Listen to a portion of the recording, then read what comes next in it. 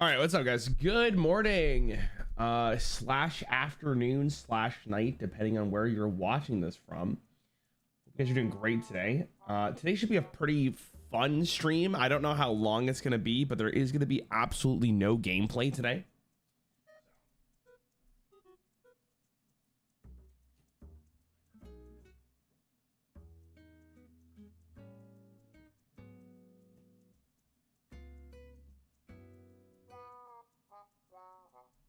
I have to charge my phone. I like literally stepped away without saying anything. Sorry. Yeah. So today we're going to be doing something called the Iceberg, which if you don't know what the Iceberg is, I'm going to show you very soon.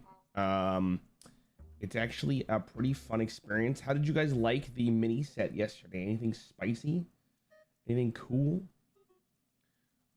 This will probably, I'm just gonna say this right now. This will definitely be a video. This will probably be a long ass stream if I had to guess. So if you're someone who doesn't want to watch this now, the video might be better for you. Might be better suited for you. Ooh, did you end up winning a game yesterday? I did, yeah. The very last game that I ended stream. We don't play HS. We don't have an opinion on the mini set. We actually took a poll a while ago. And most people did. Oh, that reminds me, speaking of polls, man, if you guys haven't filled in this form yet, is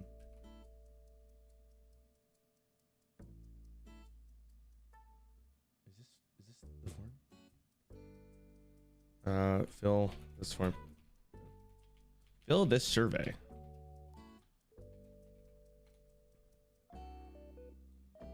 If you guys haven't filled that survey, go fill it in. It'd be helpful.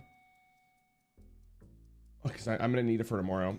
So I'm gonna say this right now. Tomorrow there will not be a stream. Friday there will not be a stream either. Saturday there'll probably be a stream. I'll probably be playing either Shadowverse or Runeterra. I'm still deciding. So what do you think about that? What do you think of the new Yogg? I think the new Yogg is good. Like, it's good. I don't think it really fits the same niche as the other two Yoggs did, because I think people will like, well, we saw yesterday, people will pick the good options before they start picking the randomness one. The randomness is like the last resort, where both the other Yoggs were like really interesting in terms of how they handled the randomness. But I don't know if they're a good design, right? That's the bigger problem with stuff like that. Also, yeah, so if you guys haven't filled in the survey, basically what it is just a bunch of questions that I will be using for a video. So if you guys want to fill that in, it's in a pin message at the top. So if you want to do that, and then I think that's basically going to be it for today. I will need you guys for some of these. I'm going to say this right now. Some of these might be a little bit more.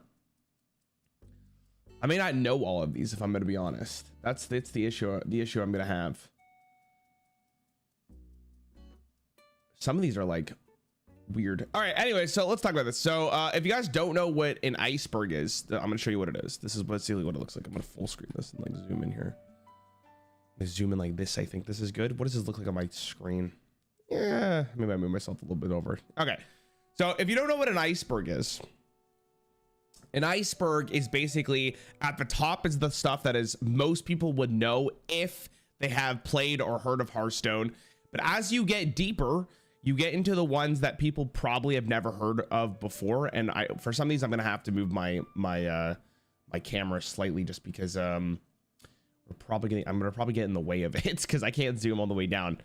And we're gonna go through all of this icebergs. Now, this was made from somebody on Reddit, and the person that I actually messaged him on Reddit last week, hoping he would get this done because I actually been wanting to do something like this for a while.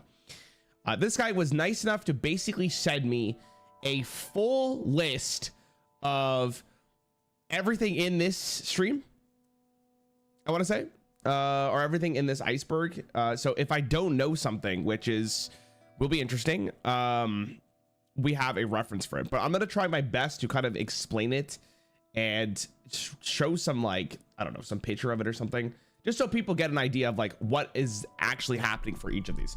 So let's start off. We'll start off with the very first one, which is the Blitzchung controversy. I would argue, is this the most popular thing from Hearthstone? It might be. The Blitzchung controversy was a little bit of an iffy one. It was basically during Grandmasters when Blitzchung, a competitive player, wanted to, he did an interview and he basically said it's a revolution for, well, I don't want to get what it wrong, but I remember, hold on, let me talk about it. Let me find it in here. I want to make sure I don't get anything wrong, because this was actually a really big topic. He was basically, oh yeah, he was basically saying on, oh my god, he was basically saying on stream that the Hong Kong rebellion against China, saying that they should stay strong against it. After that interview, I'm not going to show the clip. If whoever edits this video wants to show the clip, you can go for it. But that clip basically stopped Blizzard from doing interviews in Grandmaster for like the rest of the season. He was fined and was going to get kicked out of Grandmasters for saying that. The interview itself is really weird because he's wearing like, it's not weird. It's the interview itself is really sad because he's wearing a gas mask and stuff. It's a very controversial thing. Blizzard obviously did a really bad approach to how they responded to it. And this was probably the biggest thing that Hearthstone remembers. This is probably the biggest thing that a lot of people know from Hearthstone if you've never actually played the game, because it leaned more into Blizzard as a company than Hearthstone as a whole. And that was a pretty sad moment for the Hearthstone scene. A lot of people stepped down from casting. It was a really bad moment. It was a really bad moment when it came to the Blitzchung controversy. There's a lot more into it, and I'm sure we can put some images on the screen for the video just so people have an idea. But yeah, it was ridiculous. It was a really bad moment for Blizzard. Let's just talk about this.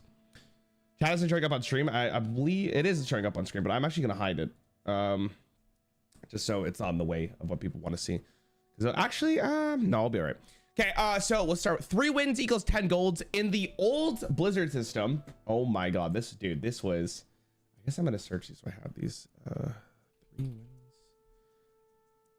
just so I have an image for this. The old questing system for Hearthstone in a very long time. Oh my god, this makes me feel probably the oldest. I gotta find, like, see if I can find an image for this.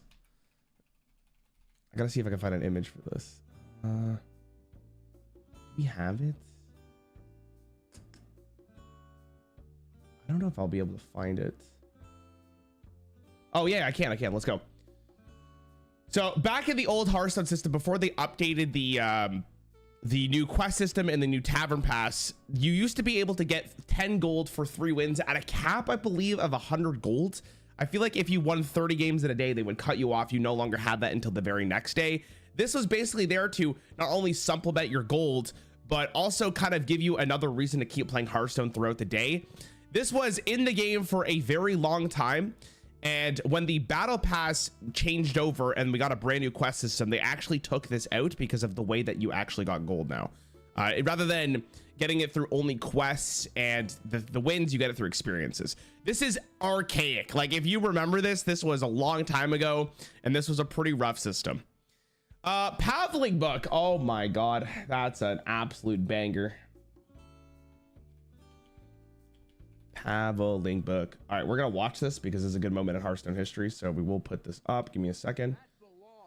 So if you don't know what Babbling Book is, Pavel ended up being a world championship in okay, if you don't know what the Babbling Book is, Pavel basically was a pro player in Hearthstone that had a really good year in Hearthstone because he ended up winning a world championship.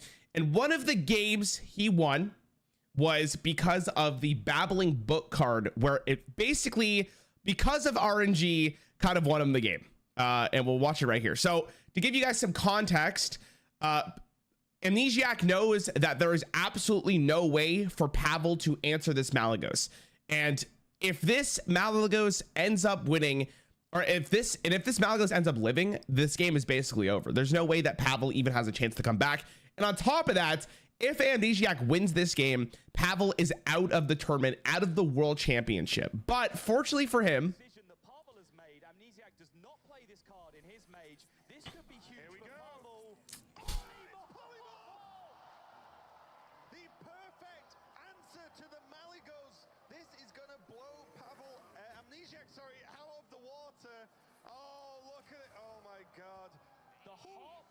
so because of that moment, Amnesiac actually ended up winning this game, and I believe in the very next one as well. What's the very next one? The very next one as well, I believe he actually did a thing again. Was it the next one? Maybe I'm wrong.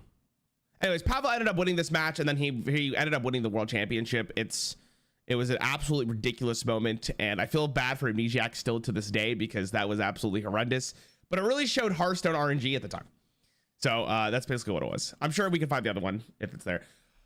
Whispers of the Old God Graffitis. This one is interesting because this one was like, I'm surprised this was near the top of the list because this is kind of like a niche one, but I do understand that it was probably it's probably pretty popular. So this was actually really cool from Blizzard.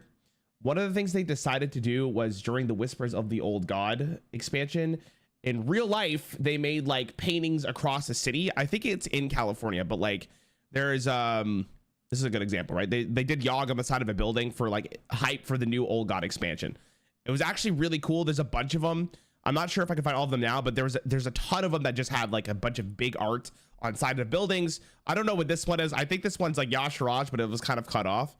But this was cool. A little like a better way of advertising your game to like the normie who doesn't really know what Hearthstone is, and they clearly had the budget for this to do this across. I think it's California. I want to say Los Angeles or somewhere around there, but definitely the California region because that's where Blizzard is located. Do be new to Hearthstone, so I didn't know any of this. No, this will be a cool video. This Iceberg is basically the first kind of RNG back called Randuin, crafted by Maz. Listen, this doesn't have to have everything. It's completely fine. We'll be all right. Okay, everyone get in here. This is an absolute classic because if you don't know what this is, I'd be very surprised. Even if you barely heard of Hearthstone, the Grim Patron card is probably one of the most popular cards of all time. And if you've never heard this sound, this is basically what it is.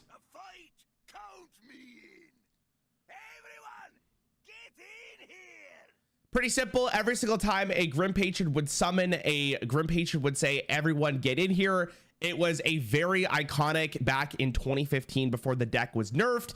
And this was also a very good deck in competitive Hearthstone at the time. So this was very much heard from a lot of different players around the world. This was a very, very popular voice line. And still to this day, if you mention Grim Patron and people know what it is, they probably know what everyone get in here is. All right, Lich King voice lines. This is actually something I'm not 100% sure on, and this is at the top of the Lich King class voice lines. What the freak is this? Is this just like the class itself? I'm not really sure what this is. I'm guessing if I had to guess what it is, I'm thinking it's just like what the Lich King sounds like. Or maybe it's the solo adventure if you go talk to him in the Frozen Throne expansion. One of those two. Frozen Throne adventure voice lines. I mean, so I guess what it is that every single class, when you queue up against the Lich King and Frozen Throne, he had his own specific voice line for that class, depending on what class you played, right? So for Priest, he has one that basically tells him to shut up, which is hilarious. And it goes on from there. I don't know if this is very iconic, but I'll keep it in. All right, the Snake Totem. This is I'm gonna just double check my references here, but I'm pretty sure I know what this is. Yeah, okay, perfect. Yeah, so if you don't know, Shaman has different totems that you can summon for when you hit the button. And 9 years ago, all this time I thought Stoneclaw Totem was a snake. I guess this is from the actual old artwork, but it kind of looks like a snake because the Murloc ends up being like the head of the snake wrapped around the totem, but it's actually not the case. As soon as you look at the art, you notice that there's Murlocs, then this is the totem on its own, which is very funny. I guarantee some people probably still think it's like a totem wrapped around with a snake, but yeah, it's that's pretty much what that is. The fifth totem. Okay, so a while ago, it's actually really handy. Back in the older days of Hearthstone, where before they updated it with the new totem, they had something called the Wrath of the Air Totem, which was spell damage +1. The Hearthstone developers felt like, I want to say in 2021, I can't remember exactly what year, 2020, 2021, I think it was the Forge of the Barons year. They thought that Wrath of the Air Totem was kind of a bad way of doing RNG, because if you did end up getting it, it would feel really good for you, but bad for your opponent. And I guess Hearthstone felt like they didn't want that extra layer of RNG to make your opponent tilted. So they actually got rid of this. You can no longer summon this totem from Shaman. and instead you summon the Strength Totem, which is at the end of your turn, give another friendly minion +1 attack. It's not nearly as good as Wrath of the Air Totem, but it's not like the worst thing to summon. I still think this is the worst one by far, but this totem you can no longer summon. When they introduced the classic format, they did, you could summon it again. There's no longer the classic format anymore. It's still the Strength Totem. Even in Twist right now, which is like a bunch of older expansions, you can't summon this, which is absolutely hilarious. They recently made a card though for the Caverns of Time expansions, which says summon all 5 basic totems, which I think is absolutely hilarious, because if you're someone brand new to the game, you might not have known that there was a Wrath of the Air Totem, but there it is. That's absolutely hilarious. Okay. Pre-nerf Jaina. Oh my god. I actually am quite familiar with pre-nerf Jaina, because when I make thumbnails, I still use pre-nerf Jaina. Not because of the boobs. Let's be real here. It's more because it's the HD artwork. For some reason, they didn't make like a high definition version of it. So this is what the new art looks like. As you can see that there is something covering up her boobs, which is, you know, we gotta make sure Hearthstone's family friendly. We gotta make sure it's Hearthstone friendly. But this is what it used to look like. You could notice there is a lot of cleavage around Jaina. One of the most popular, one of the most popular artworks of all time. And Blizzard decided to get rid of it. Can we just get an F? You know, it is what it is. I miss her. You know, everyone does.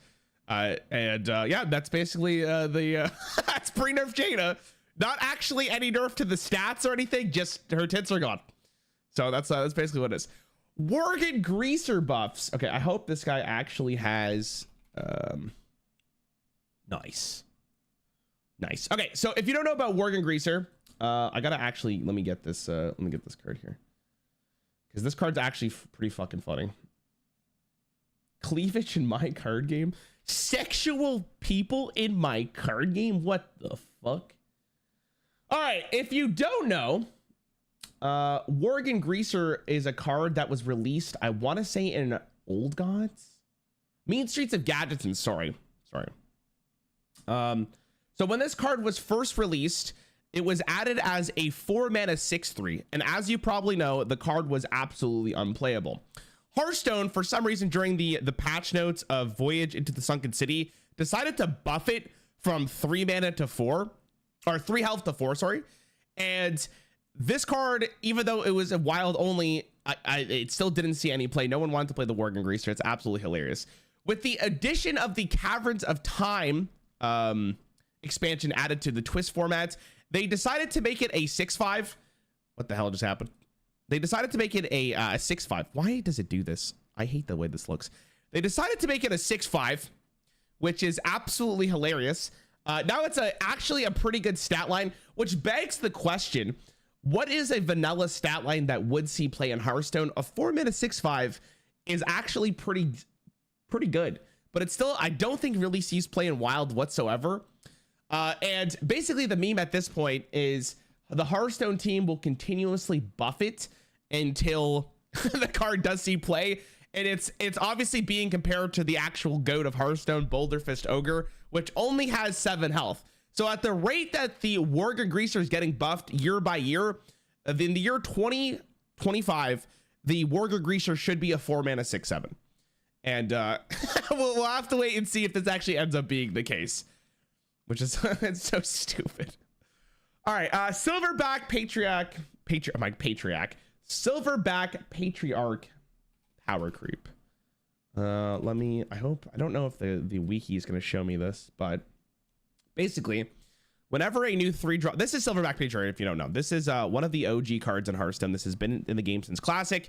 Every single time a new 3-drop is dropped, or really, I should say dropped. Every single time a new 3-drop is released, this is the card that people often compare it to.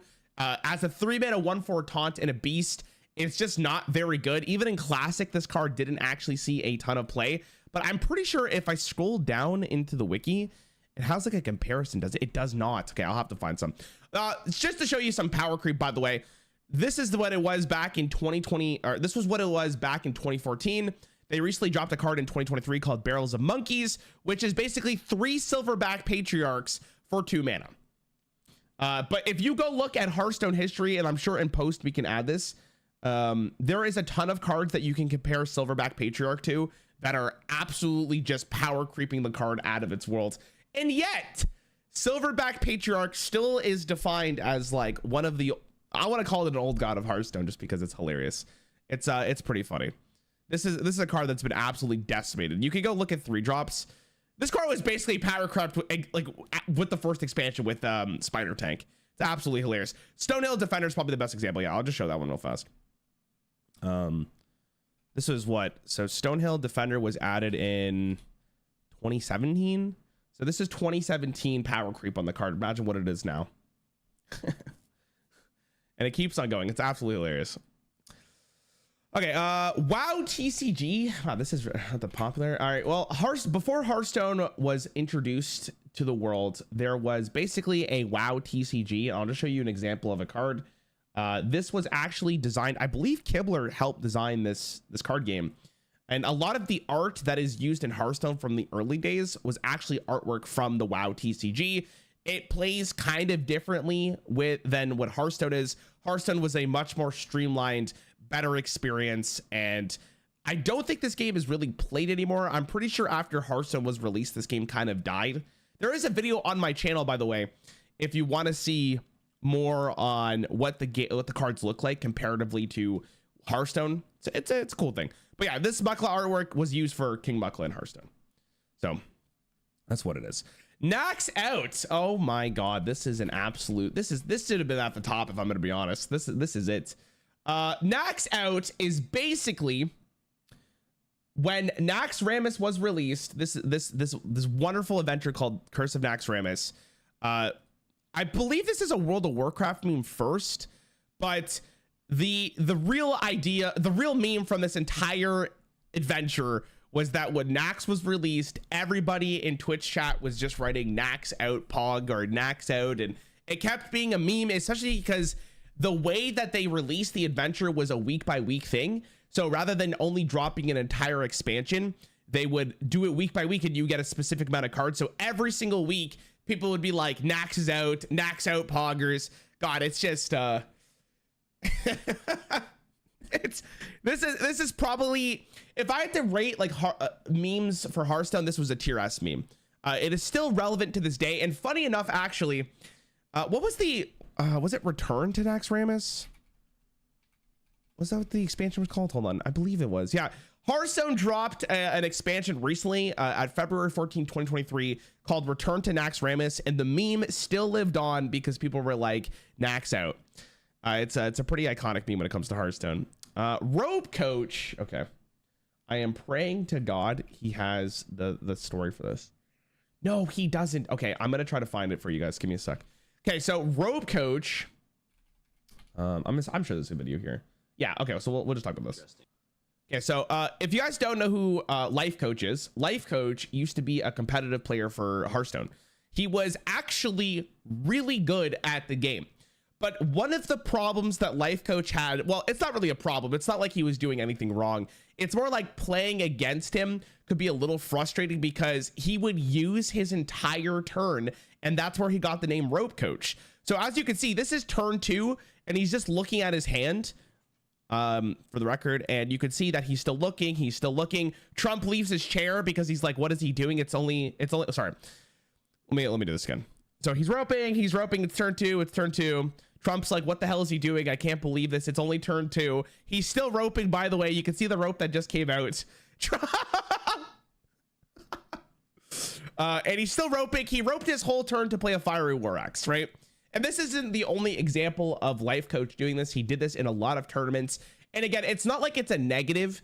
It's not like he was doing anything wrong. He just wanted to make sure he understood the game at the highest level possible and making sure he was making the best plays every chance he could. But in this situation, it's absolutely hilarious because you can see how frustrated Trump is just from waiting for him to get roped on turn 2. That's Life Coach. Life Coach does not play competitive Hearthstone anymore. He hasn't played Hearthstone for a very long time as far as I'm concerned. He's currently, he may not be streaming right now, but he's trying to do 50 runs in a row on Slay the Spire. So he's a really good, really good player. Ixar Q&As. Okay. Again, I don't know if this one's super popular, but Ixar, he basically, Ixar has been in the game for a very long time. And yeah, Ixar he's a developer of the game for a very long time. And Ixar, after Ben Lee left, basically Ixar became the pseudo game director of Hearthstone. And one of the things Ixar would do was like a daily Q&A of talking about like specific questions that people had, and he would try to answer them the best he could to give some more feedback and what they were planning to do, etc. He actually did this for a really long time. It was actually one of the really nice things that the development team has done. He didn't need to do this. There was no reason for him to do it, but you can see he did a lot of them. Unfortunately, well, not unfortunately, fortunately for Ixar, he did move to Riot Games, which was really cool. And he no longer is the game director for Hearthstone. So at the moment, the last Q&A that we had was probably about a year ago. That's when he left, and no developer has really taken up the Q&A thing, which I think is completely fine. As far as I'm concerned right now too, I don't know if Hearthstone has a game director at this time. I think that job is still vacant as far as I'm concerned, but he was the last like official game director, and he did Q&As for the community. It was really cool. One of the best things that a developer has done, if I'm going to be honest. Good stats for the cost. All right. This one, I'm just going to let it speak for itself.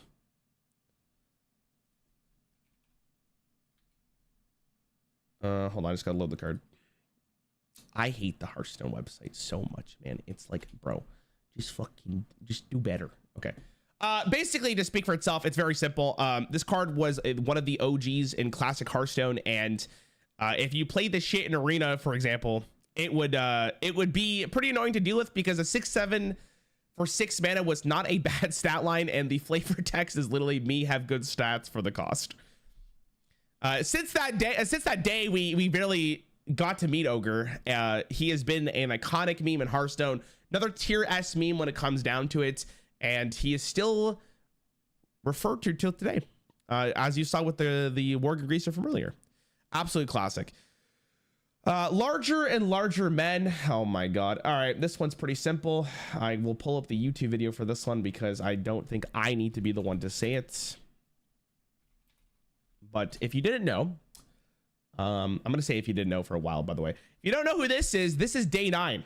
Day 9 is a popular Magic streamer, and I'm sure he plays other games. He's kind of a variety person right now. He used to be a StarCraft pro, I believe. He was super into Hearthstone at the beginning, and during Beat Sheets of Gattison, Jade Druid became a thing, which is basically Jades are every single time you summon a Jade, it gets +1/+1 on the stats from the previous Jade up to a cap of 30. And as you could probably tell, that's not a very skill expressive deck, and it could be a little frustrating to play against it depending on what kind of deck you were. And again, I'm just gonna let Day 9 speak for himself here. All of a sudden you're just left-handed, and you just reach for elevator buttons with your right hand out of instinct, and you're just missing and pressing it. And everyone is like, has he never been in an elevator? Does he not know? I hope that happens. I don't really want your life to end. No, I don't want you to die. That'd be way too severe. But I hope that you struggle to eat cereal because you don't even have... You know what? Screw left-hand dominance. I hope you just run out of dominant hands. Whatever brain circuitry is in your non-dominant hand, I hope it clones to the other one. Eating cereal's harder. You brush your teeth, you go into your nose sometimes, you have mini toothpaste, it burns. I hope that happens to you. So I'm not going to review some cards about your deck archetype. I don't need to. You're already like, well, this turn I'll summon a larger and larger man, which will allow me later on to summon an even larger man. Yeah, no, your decks aren't cool. They don't take finesse. Your brain is small, and both your hands suck. Okay, so as you can tell, that was he was not a fan of the archetype, and that was near the last time Day 9 actually played. Somebody in chat wrote this, so I'm actually gonna put this into the game. They actually reintroduced Jades kind of in the newest expansion of Hearthstone for Titans, but it's not as, I want to say, easy as it was with Jade Druid back in the day. So this is basically what it is in current time. There's a video on the channel if you want to see it. Jade Druid is probably still better for what it was back in the day, because attrition was a part of the game a lot more than current Hearthstone. So obviously having infinitely summoning Jades was pretty frustrating for some decks. It's not really the same thing anymore. Shiro. Okay, sure. Shiro this one's probably pretty iconic for most people. If you've ever watched Brian Kibler before, Kibler is a pretty notorious creator in Hearthstone. Brian Kibler had a dog. and his name was Shiro, and Shiro was pretty iconic in the community. A lot of people knew who Shiro was, and obviously because Brian Kibler was is still a pretty popular streamer at the time, people loved him. And unfortunately, Shiro has now passed away, which is very unfortunate. It must have been really awful for Brian Kibler, so I'm very sorry for his loss. It's probably it was a really big deal for the whole community. I can't imagine for what it was for him. But this is Shiro. Really popular. You probably remember him if you used to play Hearthstone. I'm not gonna talk about this too much because this is very sad. But yeah, that's the dog. There's a ton of photos of him. Right, very cute dog, by the way. Very cute dog. Tapson. What the fuck is this? Orson what? There's a video for this? Iffy. All right, I don't know what this is, so we're gonna watch this together. This is a very old clip, though. This was what expansion was this? This looks like it was Old Gods. No, it's Mean Streets, right? Okay, so what is this? Let's find out. All right, so we can play safe. We're gonna do it next turn. There's only 3 cards left in the late stack, honestly. Actually. Yeah. Okay, so it feels like is this him tapping a full and cards and stuff. Yeah, yeah. Huh. And yeah. But okay, so let's cut the man. Oh wow. Oh no! What are you burn?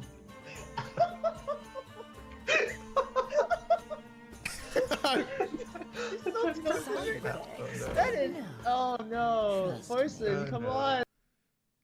I guess that's it. It's just a popular clip of Orson rope or Orson tapping and overdrawing a card. I feel like he probably. I think at this point when Orson was playing the game, he was definitely not as invested as he used to be. He used to be like really into it back in like classic Hearthstone. But at this point in time, I think this is when Orson started to make his transition from like a Hearthstone streamer to what he is today. Orson is actually still really popular on Twitch. He has his own community, and he's kind of like one of the old gods of Twitch. He's actually insanely popular. All right, Ben Brode Rap. I'm curious to see which one he picked for this. Okay, he didn't pick one, so I'll pick one randomly.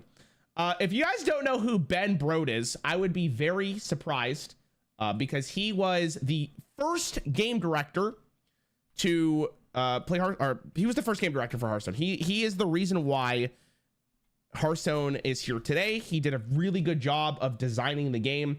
And for the Ongoro expansion, I'm not going to watch the full thing here. He decided to do a rap for it. This was probably a pretty iconic moment for a lot of people when it came to Hearthstone, but I'll play a little bit.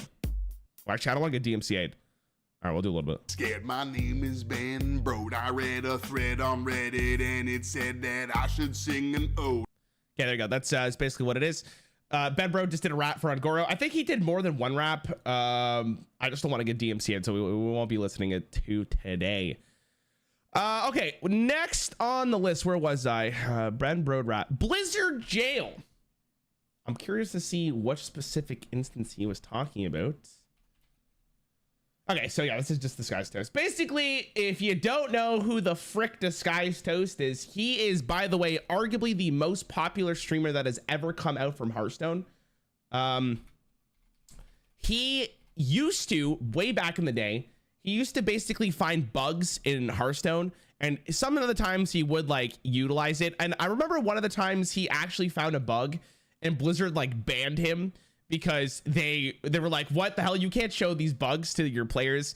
And yeah, so he like, my suspension from Hearthstone, right? He got suspended in Hearthstone basically because he found a bunch of different bugs. There's a ton of examples here, but if you were playing during the time where Toast was there, he found infinite bugs. And yeah, he actually ended up getting a suspension from Blizzard. He literally, well, not literally, but he metaphorically went to Blizzard jail. That's basically what it was. And it happened again. He was like the bug catcher of Hearthstone. Like that's basically what he did. It's absolutely incredible.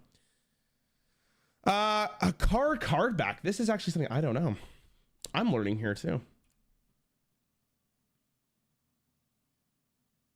Oh, that's kind of cool. Oh, this is interesting. Okay, I didn't know this.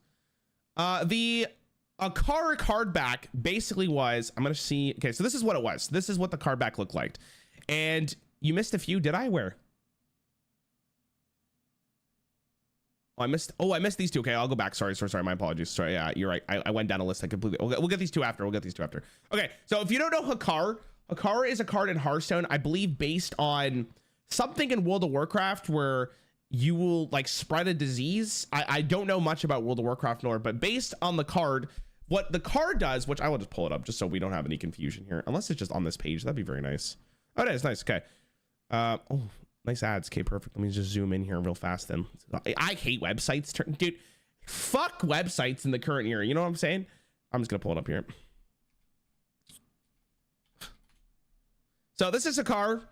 Hakar has the death rattle of shuffle a corrupted blood into each player's decks. This is what it does. Every single time you draw one, it would shuffle more into your deck. And basically it was a pandemic in Hearthstone.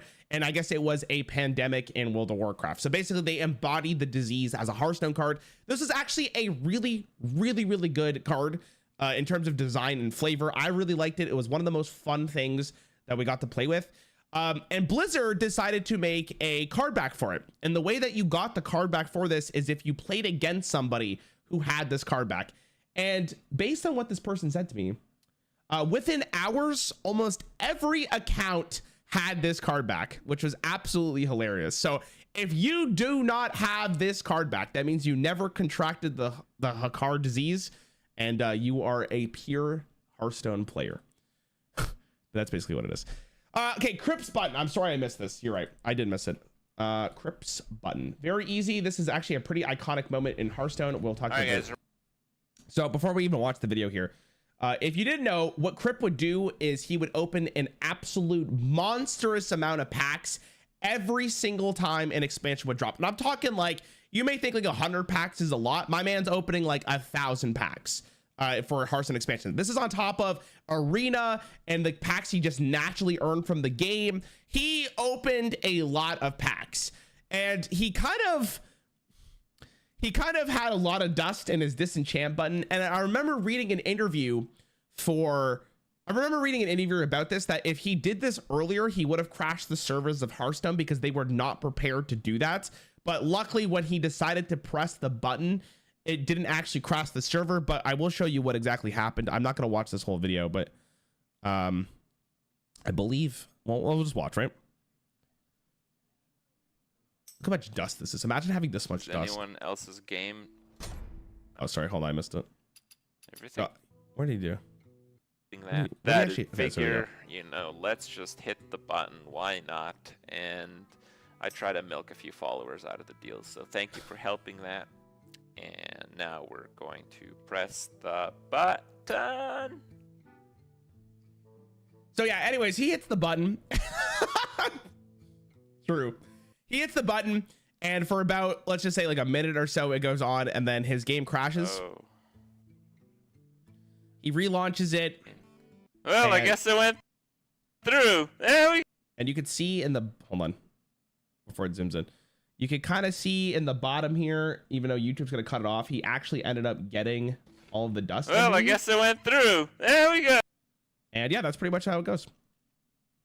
He decided to hit the button. 11 mana Malagos. You know what? I actually don't know what this one is either. This was a clip from the Play Hearthstone team. That's not bad. All right, let's watch this, shall we? Okay, so he has that 11 mana Malagos. I don't know what this is. What the hell is this? I'm just gonna move my camera up here for 1 second. Let's watch this. But it's just just feels like it's kind of delaying the inevitable. Can't do that. Wishful thinking now, get down. Hey, we've all done it. Hey, hold your lows in chat. I know that you guys have tried that before. And it wasn't just with this. You tried to coin Mountain Giant. Yeah, so what must have happened is his Malagos must have, what the hell? Yo, Twitch, get off my screen, bro. What must have happened is he must have had Malagos on board, and then he swung into the Hunter's face. The Hunter must have freezing traps, so that's why it cost 11. And yeah, you can't go above 10 mana until, unironically, I will actually mention this because people may not know this. Maybe if you're an old Hearthstone viewer, shout out to you. You probably don't know this card. They decided to make this card, which was Wildheart Guff. Set your maximum mana to 20, which is very funny. So if the card existed when that happened, you actually could have played your Malagos there. But yeah, that was, I completely forgot about that moment. That's very funny. Very, very funny. Okay, so what do we got? What about the audio tech card? Okay, guys, come on. Let's be real here. Wait, does that matter? Does that matter? You're right. There is another card. I'm just not going to show it. It's not worth it. Where was I? Smork Song. Smork Song. Yo, shout out to the guy who made this page for me, by the way. I love you. So if you don't know what this is a, oh God, this, I don't know if I can actually show this on stream, or play this on stream. If you didn't know, nope. Yeah, I'm gonna get DMCA'd for this. I can't actually play this, chat. I'm very sorry. I wish I could, because it's actually iconic. I would highly recommend you go listen to this, but I will just play the background. Basically what it was is the meme with Hunter was that it would always just go face, also using the Smork emote on Twitch, which is basically like an orc, I believe. This song was basically the embodiment of what that actually meant to go face as a hunter. You never trade, you don't care about taunts or cheating, you just always go face. Yeah, see, you could tell that this was a very old meme. So basically that's what it was. If you want a piece of older Hearthstone, if you want a piece of older Hearthstone, I would recommend you go check it out. I'm just not gonna play it. Where do we go? April Fool's patch notes. This one's actually really cool. One of the more interesting things Hearthstone has done. I believe it hasn't been for every year. They did it for, what year is it? Was it this year? Yeah, I think it's this year. Right? Yeah, 2023. I don't know if they did this for 2022, but this is one of the more recent things that they did, which is basically a April Fool's patch notes. And as you could probably guess, every single time Hearthstone does a patch, they release patch notes to basically tell players what the updates are and what they're changing and the bug fixes and stuff. But this one was super meme. Nemzi is now the default Warlock hero. The March of the Lich King expansion has been updated to the April of the Lich King, right? That's absolutely hilarious. These ones are just funny. Like Nemzi's now the default Shaman hero. The cards themselves, old battle cry, give your Silverhand recruits +2/+2. The voice line was 2 armsmen. New gives it +3/+3. The new voice line is 3 armsmen. I think that's hilarious. They did a bunch of send a beast to a farm upstate. Actually so funny. The Warga Greaser buff, new, old, it's the same thing. Anyways, it was they added pineapple on the card back. This was a really funny thing for the Hearthstone team to do, and I hope they continue doing it for every single year because it's absolutely hysterical. Blizzard's favorite class. Does anyone know what Blizzard's favorite class is? Interesting in this case. There's been a meme for a really long time that Blizzard's favorite class has been Druid, because throughout Druid's history, Druid has been like the best class in the game for the most part, and they always get this most ridiculous stuff. Honestly, I would also maybe, slide in Rogue a little bit there, but Druid has basically been it's Druid or Rogue. I'm not really sure, to be honest. It's one of the two. I know that Druid has always just been like the class, though. It's always been good. Rogue has also been in the same situation, but basically both of those two skins seem to be like, those are Blizzard's favorite class. They've never confirmed it, right? It's not like they've outright said that these are my favorite classes or this one's my favorite class, but all right. 11+4. This is a classic. This is an absolute meme. We're gonna watch the Crip video on this. Okay, so basically, if you don't know what this is, the hell? Go heal myself. Okay, so we gotta talk about this. Freckful's looking. I see. Damn it, man! Pyroblast. And okay, so here's the thing. This was a very old thing of Hearthstone. I'm not gonna let Crip explain this. I'm just gonna talk about this because I don't know what Crip's gonna say here. First and foremost, Freckful is no longer with us. He did pass away. Very sad. I actually do miss him a lot. He was one of the streamers I watched a ton of. It's very unfortunate. But he will live on forever because of this fantastic moment when one of the first tournaments Hearthstone ever had, which was basically back in the day, Power Blast used to cost 8, now it costs 10.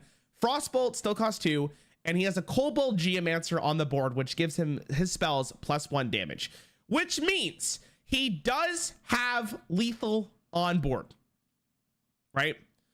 He has lethal on board. It should be very obvious that it has lethal on board as somebody who is playing at a pretty high level. But instead, he doesn't realize he actually has lethal. Additionally, to Pyroblast, 10+1 off the spell damage would be 15 total damage to my 14 health. So that is a bit of a missed lethal.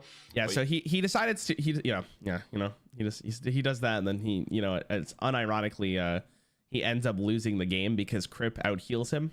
I think he's going against Crip, right? It's Crip. Yeah. Crip out heals him. And Reckful ends up losing this match. And this was absolutely one of the most iconic moments in Hearthstone because this was so early on. And for so many people, it was obvious. But I will give Reckful some credit here. And this is something that a lot of people don't consider. And this isn't an excuse for this play, by the way. But when you're in the moment, it's a lot.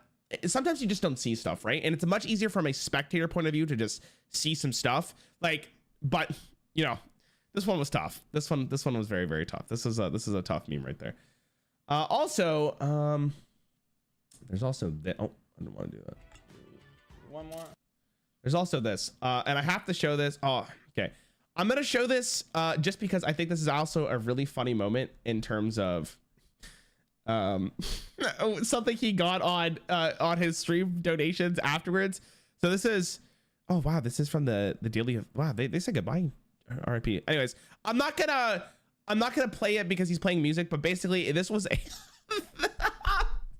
so if 3 ice cubes equal 12 and 3 fires plus ice cube equals 37, then what is the fire plus ice cube?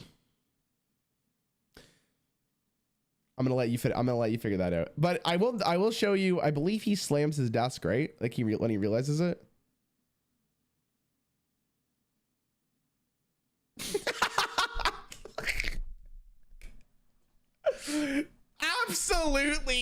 Absolutely classic. Yeah, I just don't want to get DMCA'd. If I was on Twitch, I'd play, but unfortunately I can't. I don't want to get DMCA'd. Malagos or Malganis is a turtle. This one's pretty simple. I'll actually show the video. I believe someone actually made a video for it. Yeah, okay. So Malganis is a very popular card back in the day, and his voice line sounds like this. Malganis, I am eternal. So he says, I am Malganis, I am eternal. But it sounds like he is saying, I am eternal. And people were like, oh my God, he's a turtle, XD, right? And that became a meme back in the day.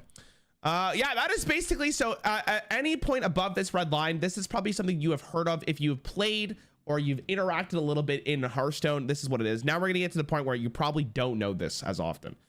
Dr. Boom comments. These are actually really cool. Actually, these are very, very underrated because they're actually, one time I was actually trying to use this for art. But if you didn't know, so for the Boomsday expansion, they actually did like digital comics for Dr. Boom. And I think there's like 3 different ones. It's actually really unique, and I would highly recommend you go check it out. They all have their own individual story. I'm not gonna go through them right now, but they're all fully drawn. There's a full story. It's really interesting. I don't really remember them like promoting it too much, but Dr. Boom was so iconic that when they ended up releasing the Boomsday project, they did that. So that was really, really cool. Golden Boots. If you played classic Hearthstone, you know what this is. I'm just gonna show you the image. Basically on one of the, I'm gonna just zoom in here. Basically on, which one is this? The Pandora map, I wanna say Pandaria map. They had these, in the bottom here, you can like break the beets or whatever plants that it happened to be, and you can keep breaking them, but sometimes you would get a golden one or you would get boots. And I believe you could actually get the golden boots. I don't know if, yeah, you could get the golden boots. Yeah. He wrote something interesting. This is what the boots look like in case you're curious. So these are the boots. If whoever edits this video wants to go out of the way to find the golden boots, I don't know if he didn't link me one. I'm surprised. Let me just do a quick Google search here. Golden boots Hearthstone. See if any of them pop up. Oh, they are. Yeah, look at that. No, that's turnips. Maybe you couldn't get them. Maybe that was the meme. Maybe you actually couldn't end up getting it. You could only get the fruit. You could only get triple boots, but you couldn't get the golden one. That's probably what it was. Because there's no images of it. World Championship cards. Okay. This one's pretty Simple. Did someone say turnip? Yep, that's what it is. If you did not know, every single time a world championship won, or every single time someone won a world championship, they would design a card for them basically the following year. So the first one was Fire Bat. He got Fiery Bat. This was the very first time they did this in 2014. That's also the first time they had their world championship. Then Askaka got Priest of the Feast. Pavel got Chittering Tunneler, which, what is this one? The hint is in the minion's flavor text, ear to the ground, and he carefully interpreted the chittering noises. You want to cast the spell? I want to cast the spell. This one is, I guess, fine, but like, I feel like they could have done a little bit of a better job for that one. Tom got this one, the Phantom Militia. Hunter Ace got the Ace Hunter Creed. VK Lion got the Lion, obviously. Imagine they didn't do a Lion there, it would have been hilarious. Glory got the Glory Chaser, and Possessy got Possessifier. Who won it last year? Bunny Hopper won it last year. So there should be a bunny card coming up for Bunny Hopper at some point. We'll have to wait and see what that ends up being. 100,000 health for Lich King. Oh my god. Okay. I hope there's just an image here, and there is not, unfortunately. I believe that this was a very specific tavern brawl for Hearthstone at BlizzCon.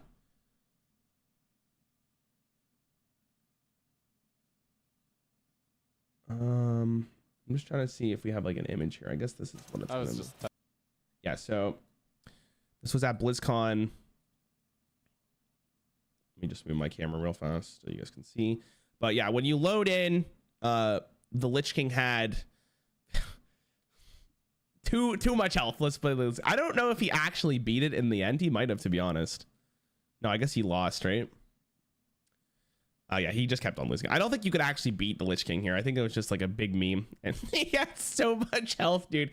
There's a really good moment, chat. I've already done like the best Trump moment, so if you want to go watch that, you can go see it on that video. I'm not going to show it here. We got too much to do. Look how much more we still got to go. Day 1 Demon Hunter. All right, this one I remember very well. We'll have to talk about this. This is the first and only time I believe Hearthstone has done literally anything like this. So when Demon Hunter was released, the deck was absolutely broken. It was literally the best deck of all time in Hearthstone, in terms of like its win percentage day one. Demon Hunter was released at such a ridiculous level that the team had to hotfix some of the cards because it was absolutely disgusting. So Skull of Gul'dan went from 5 to 6, Antion went from 5 to 6, I-Beam went to 0 to 1, and Warblades went from 3 durability to 2. They have never hotfixed a card ever again at this point in time. That was in 2020. We'll have to wait and see. When they released Death Knight, they took the opposite approach. So they underpowered the class so that they can bring it more in line with updates. But this was an experience. If you were there, my God, it was absolutely crazy. Dusky 2022. I don't know what the fuck this is. And this will be interesting. Oh, well, here we go. This is interesting. Dusky, a new Blizzard communication blunder resulting in bans. A minor Hearthstone patch meant to refund players spiraled into the current Dusky due to technical errors. Furthermore, the lack of efficient communication left a bunch of Hearthstone players confused about why they got dust in the first place and frustrated after it was taken away. And some of them were even supposedly banned. The Hearthstone team assures that no player suffers actually dust loss as a consequence of this. What actually happens and why the Hearthstone players are angry about this in this article. Wow, there we go. That's pretty much what that is. That's just Blizzard, right? A huge indie company. That's basically what it is. Annoyatron achievements. I'm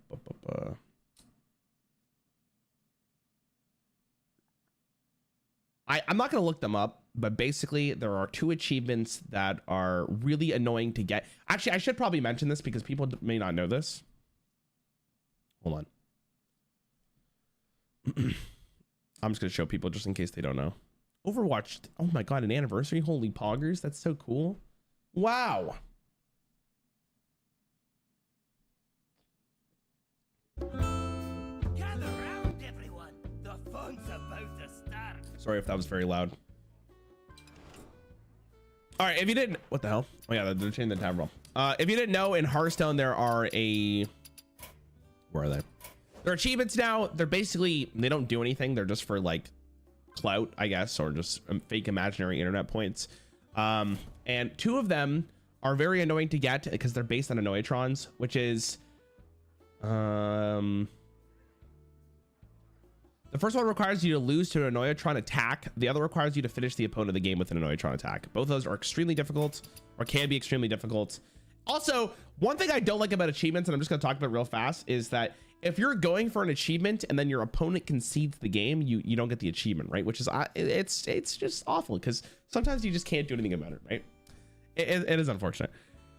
Unicorn Priest. This is a banger, bro. This is a banger.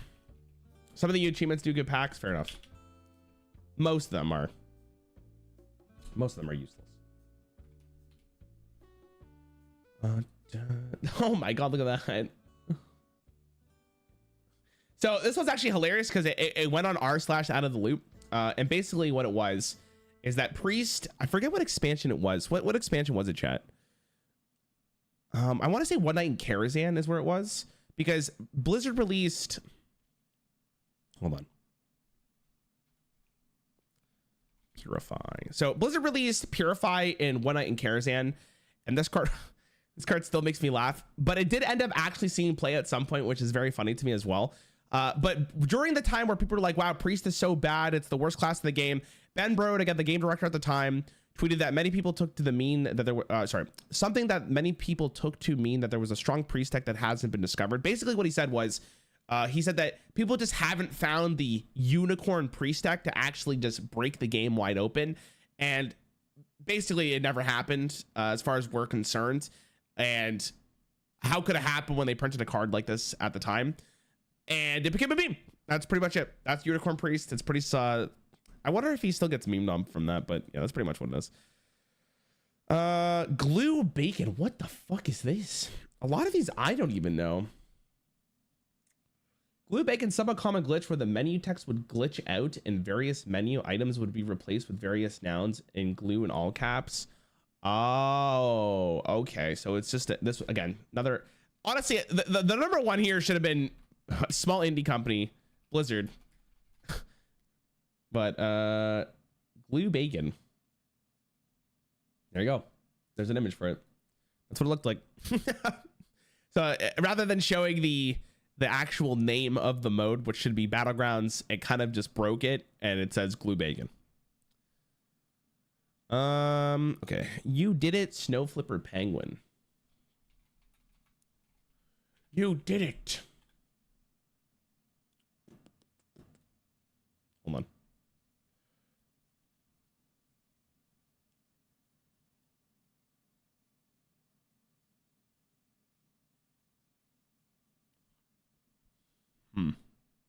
I wonder if I can get a meme of this.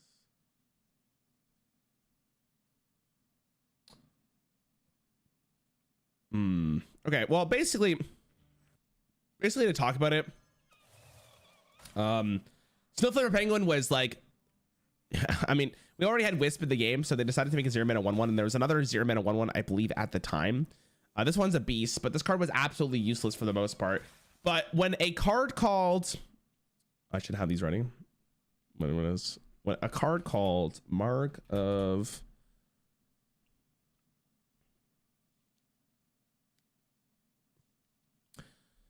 Yashiraj, which was card called Mark of Yashiraj was basically a way for you to guarantee the buff on a beast and draw a card. And when Trump did his like re-review series, he instantly granted the Snow Flipper Penguin, instead of being like a 1-star, he gave it a 5 stars, and he basically said, Snow Flipper Penguin, you did it, which is the meme here. Again, I don't know if this one's like very, very rare. Purify Controversy or Purity Controversy. What the hell's this? Purity Controversy? These are crazy. Oh, it's just with the Unicorn Priest. What the hell is that? What's that emote?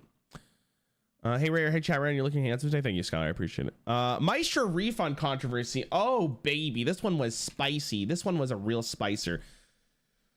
Okay, so this one is going to require some assets. Maestro. All right.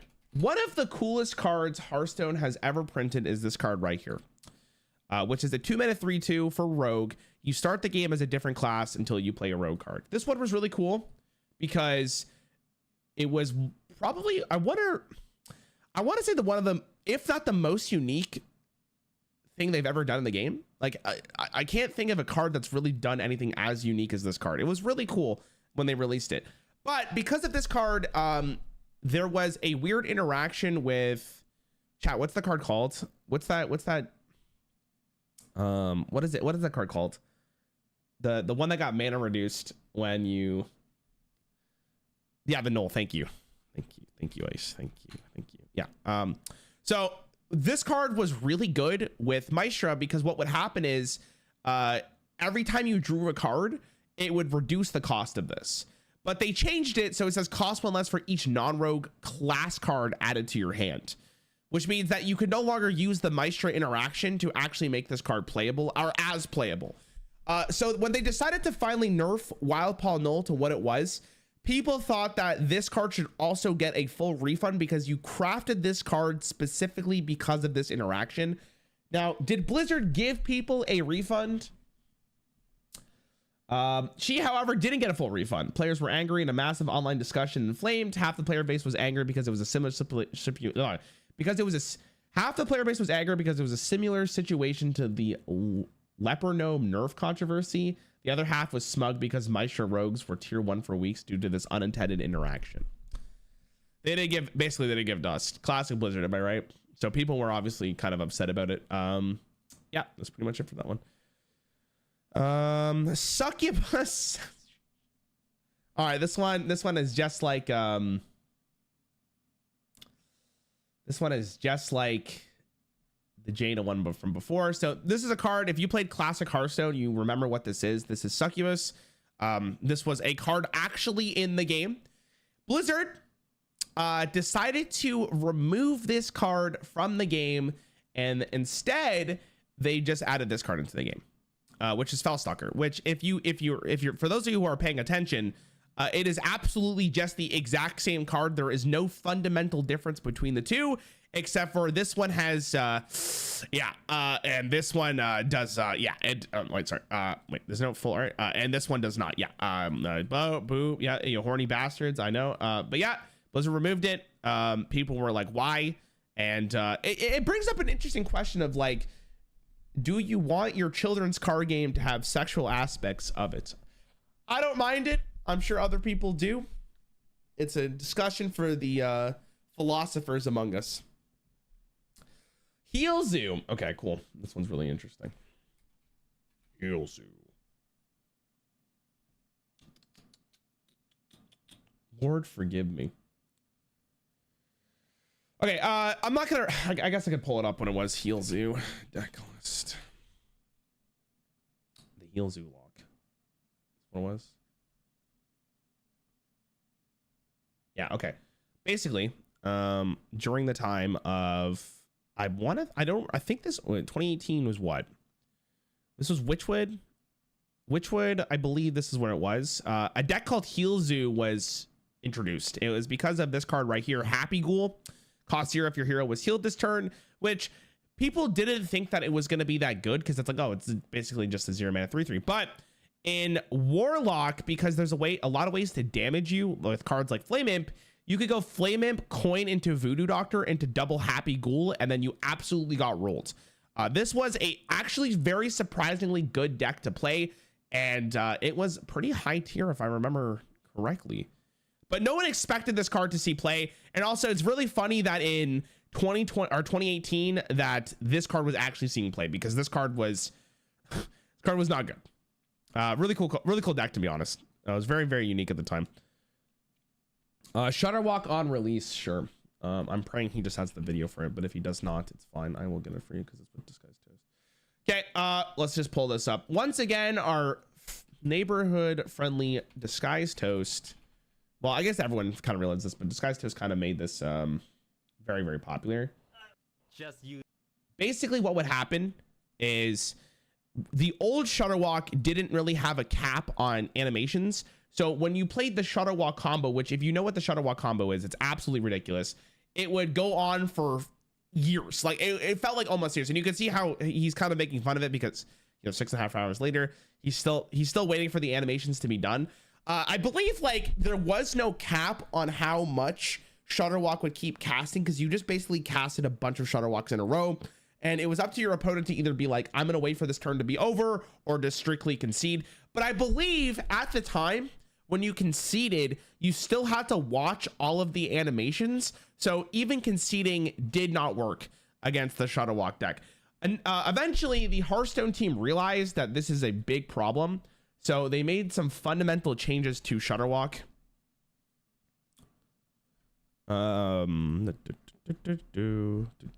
Which I will show in a quick second. Yeah, so the team decided to do battle cry animation speed has been doubled and now reproduces a maximum of 20 battle cries.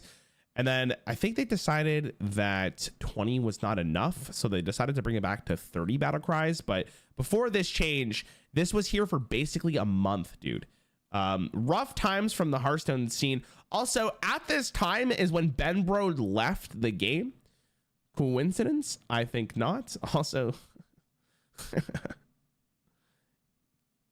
pretty crazy time, to be honest. Naga Giants and ads. This one's actually really funny. One of the more like one of the more interesting ones on this list for sure. So if you didn't know what this deck was, it was called basically I don't know if it was with Hunter specifically, but it was basically because of this card. This card used to be a 5 mana card, and it was a 5 mana 5/5. Your costs 5, but because your cards cost 5, sorry. But because of the way this interacted with all of the giants, which I will bring up in a quick second. Hold on. Because of the way this interacted with all the giants, so we'll just bring up the big boys, right? So we'll bring up like Mountain Giant, for example.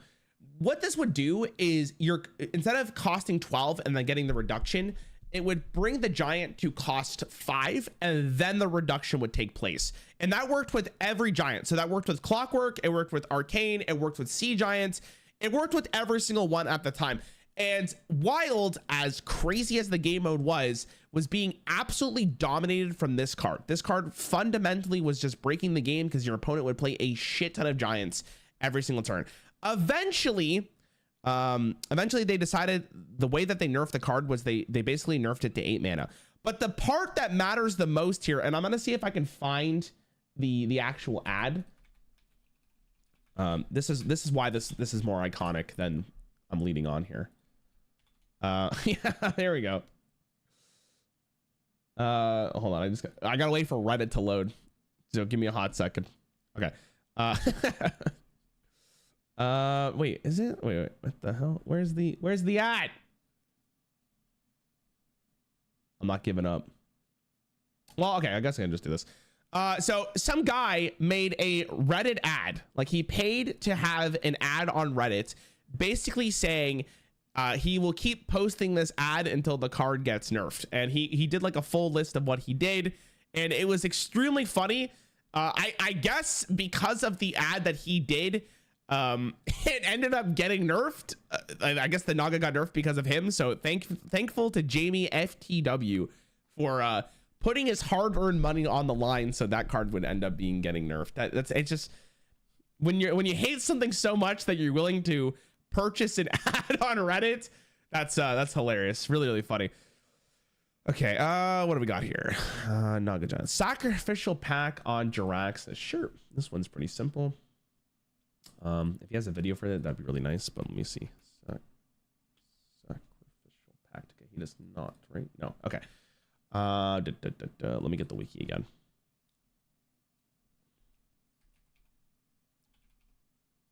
Sacrificial pact. Okay, so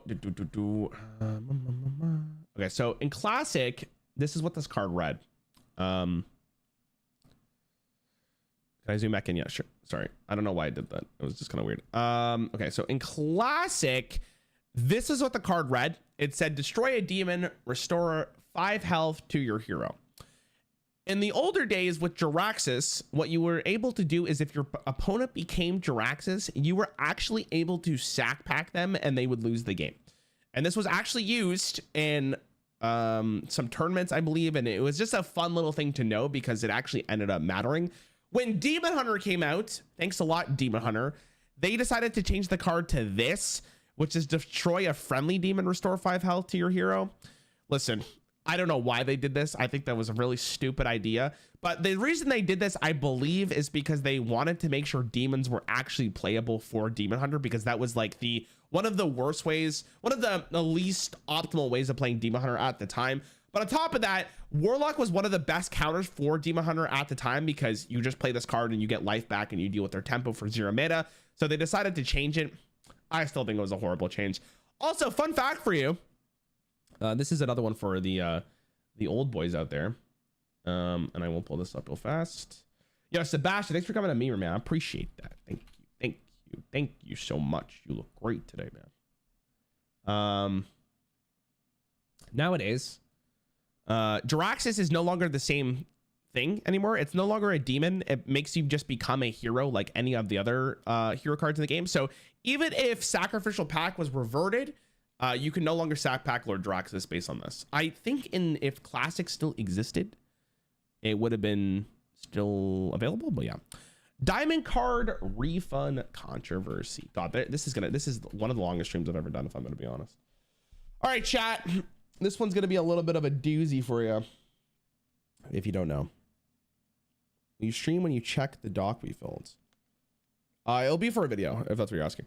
Okay, so Hearthstone recently has decided to release diamond cards. So I'm just gonna bring this to a different image so we can kind of see what this looks like. This is what it looks like.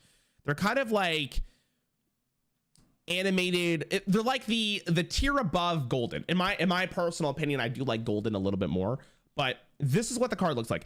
This card ended up being nerfed because it was a very powerful effect. Drekthar was a really, really good card. This card, obviously it was 3,000 gold or 25 euros just to buy the diamond version of this card. So when it ended up getting nerfed, people were like, wait, do we not get a refund on this? Because we bought the card for that reason, because it was going to be playable. And spoiler alert, when the card was nerfed, it no longer saw any play. Like it was dead, right? So, yeah, minus 25 is a really good example of this. It ended up being that I believe Blizzard gave 3,000 gold to people who brought, Blizzard automatically gave 3,000 gold to the players who bought this, but I think people had to like make a little bit of a ruckus so Blizzard would actually give it, because at the start, I don't think they were going to be giving it at all, because what they usually do, for people who don't know, is when they nerf a card that's not diamond, for instance, they give you the full dust refund. So even if it's golden or even if it's the regular, you get the full dust refund. When they nerfed this card, there was no previous example for them to know really how they were going to handle the nerfing of a diamond card. I think at this point in time, they have nerfed one other diamond card, and I think they gave gold back for people who bought it. I'm not really sure how much gold they got, though, because it was part of like the mini set or whatever. Nas Dormo turn skip. I am going to shout myself out here for a quick second, by the way, in case you're curious, chat. I did a whole video on this. Which I'm not going to really show you any examples, but if you're someone who's been here for a while, some of you actually have may not seen this video, and it makes me kind of sad because it's my most popular video on the channel. How one card broke a card game. Basically it's a really good video. I would highly recommend it. It's one of my favorite videos I've ever made. Basically, the way that it worked was that Nos Dormo would change it so you only have 15 seconds on your turn. But Hearthstone beforehand did not register that animations would also take up time of your turn. So players could use Nos Dormo to completely skip your turn because of animations. It's if you want to see a ton of examples, that's all in this video. I would highly recommend you go watch it. Also, if it ever gets $1 million, we will be having $1 million. If it ever gets to 1 million views, we'll do a drinking stream or something to celebrate. Really good time. Denathrius murders, really? Okay. I hope he has the link for this. Denathrius murders. He doesn't really have a link, unfortunately. Okay, basically, I'll just leave this here to give you guys an idea. Basically, what happened was when Blizzard did the expansion. Hold on, I'll actually pull it up so people can see what this is. You know, nice forward ad there. What the fuck? Okay. When Blizzard did the expansion murder. Oh my god. When Blizzard did the expansion Murder at Castle Nathria, they basically did like a little bit of a storyline of who killed Sire Denathrius was basically the storyline. And the entire expansion was, the mini set for this expansion was supposed to be who actually killed it. They had like a Sherlock Holmes as a Murloc, basically. But that's basically what it was. I don't remember who actually ended up killing Sire Denathrius. Did they ever say he didn't die in the first place, so nobody killed him? Is that what happened? I don't remember what it was, but that's basically what it is. It was a cool idea though. It was like a Clue-esque type of thing. It added a lot of like spice to it. I liked it a lot. It was really, really fun. But that's something there. Hecklebot voice lines. This one's pretty simple to talk about. I hope he has a thing for this. Okay, he does not, unfortunately. Chat, if you don't know what Hecklebot is a card that was released, I want to say during Rise of Shadows. I could be wrong.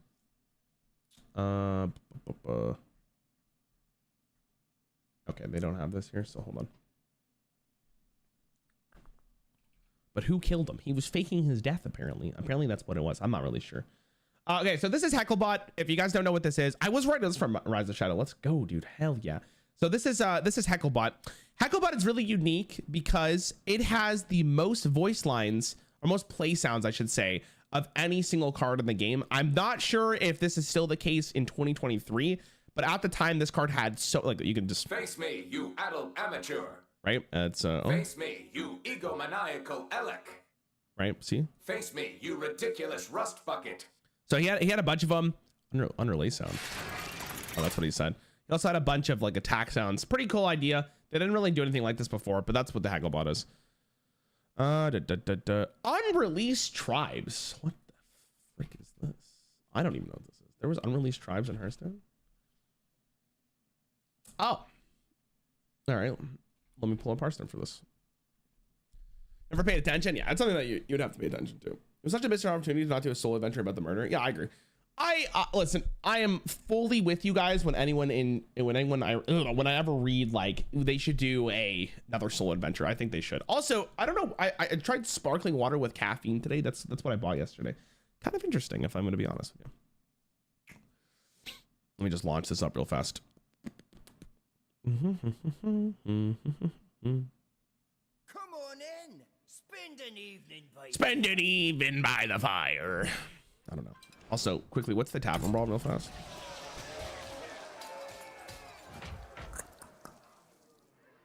It's gone too far. Choose a class, use a few spells and a whole lot of portals to your arrival. What if every card? Okay, so that's like the unstable portal one. Okay, so basically, if you type all. Okay, hold on. If you type, I guess I'll just type Amal, just so you guys can see it. So if you type Amalgam, wait, do I not have the card? All right, I'm gonna use this one. If you type all, you have Nightmare Amalgam. This is like the first real Amalgam card that was kind of used.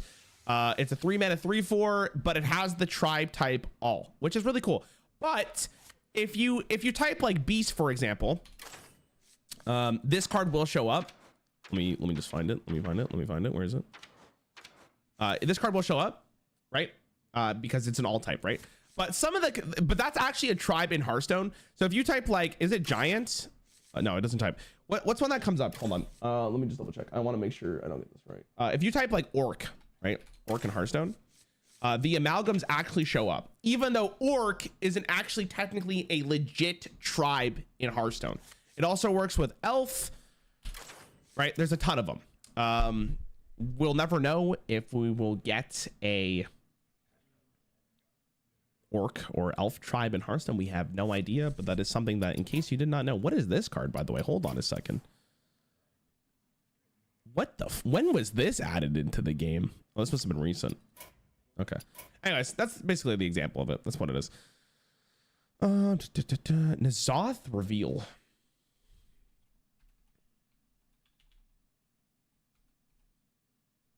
Oh my god. Sorry.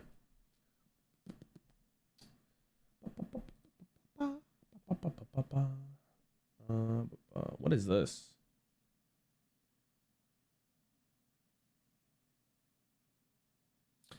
Oh, that's kind of cool. I didn't know this. Let me launch Hearthstone again. So this one's for N'Zoth's reveal. Captain Time Card, yeah.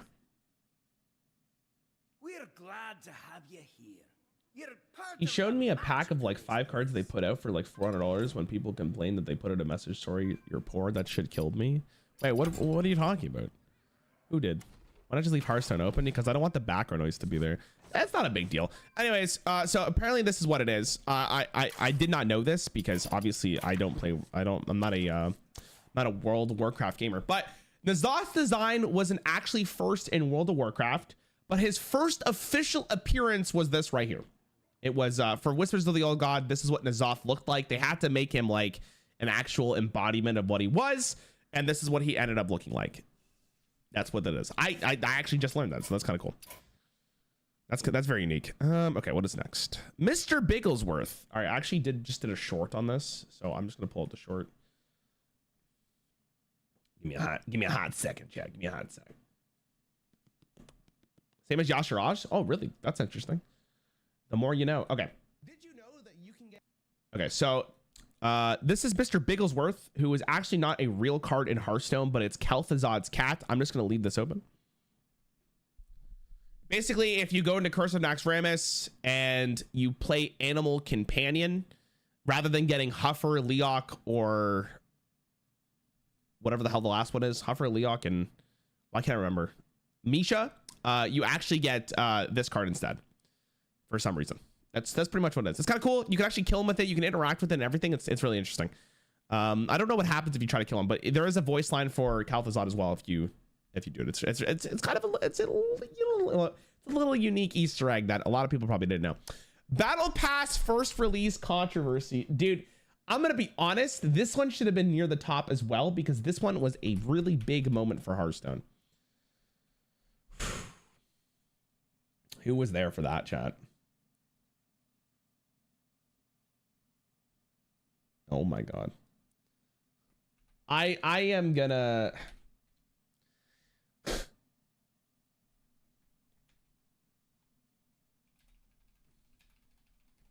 Hold on.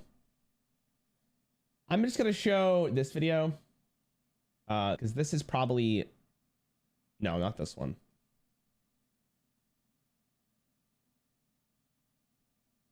Okay, we'll just do this. We'll just leave this up here on this GameSpot article. Okay, so basically what happened was this one has a little bit of a story to it. Hearthstone in the year of 2020 decided to Hearthstone decided to basically change how the gold system works, right? There's no longer quests that only give you gold. There's no longer the 3 wins for 10 gold like we mentioned before. They have a battle pass system basically. And the way that you get gold now is by getting experience. You can get experience by completing quests or just by playing the game, etc. And before they released this battle pass, they told us that this system was going to be a much better system than the previous Hearthstone one. It was going to give players a ton more gold. It was basically promised to save Hearthstone, is what I'm going to describe it as. And with the release, this is the same year that Demon Hunter was released. So there was more cards to collect. They were also going to start doing mini sets, so there was more stuff to collect. This was basically like, this is going to help players who only play free to play to make sure that they don't get reduced gold and they have to pay more money, etc. When they actually released the battle pass, it was worse than the old system. So take that in. A system that was released in 2014 was worse, or was better than the system they released in 2020, just for the record. Now that being said, it was still, they still have the battle pass, they still have the battle pass system in place currently because the system is much better. But when they released it, it was worse. And Blizzard did not say anything, by the way. If people didn't stand up against Blizzard, they probably would have just kept it as it was. So shout out to people who stood up. Zeddy is probably the most iconic person that stood up first against Blizzard. One of the reasons why he got kind of a huge boost in popularity was because of that. And after a little bit, they did end up fixing it. But during that time, it was actually really bad. People were not playing Hearthstone. This was just before they were about to release their new expansion Madness at the Darkmoon Fair, doing a different iteration of the old God cards. And imagine people being upset before you're about to drop another Yogg again. People didn't care because the battle pass system sucks. So anyways, they redid it. What it is now is really good. It's a good system. I'm glad they did it. But yeah, when it was released, it was absolutely atrocious. Signature card flood. I actually did a whole video on this as well, but hopefully this guy just has this for me.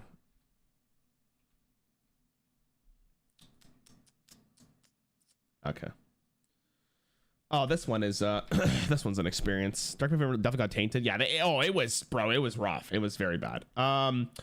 Basically, to sum this one up, when Blizzard released March of the Lich King is when they dropped the Death Knight class.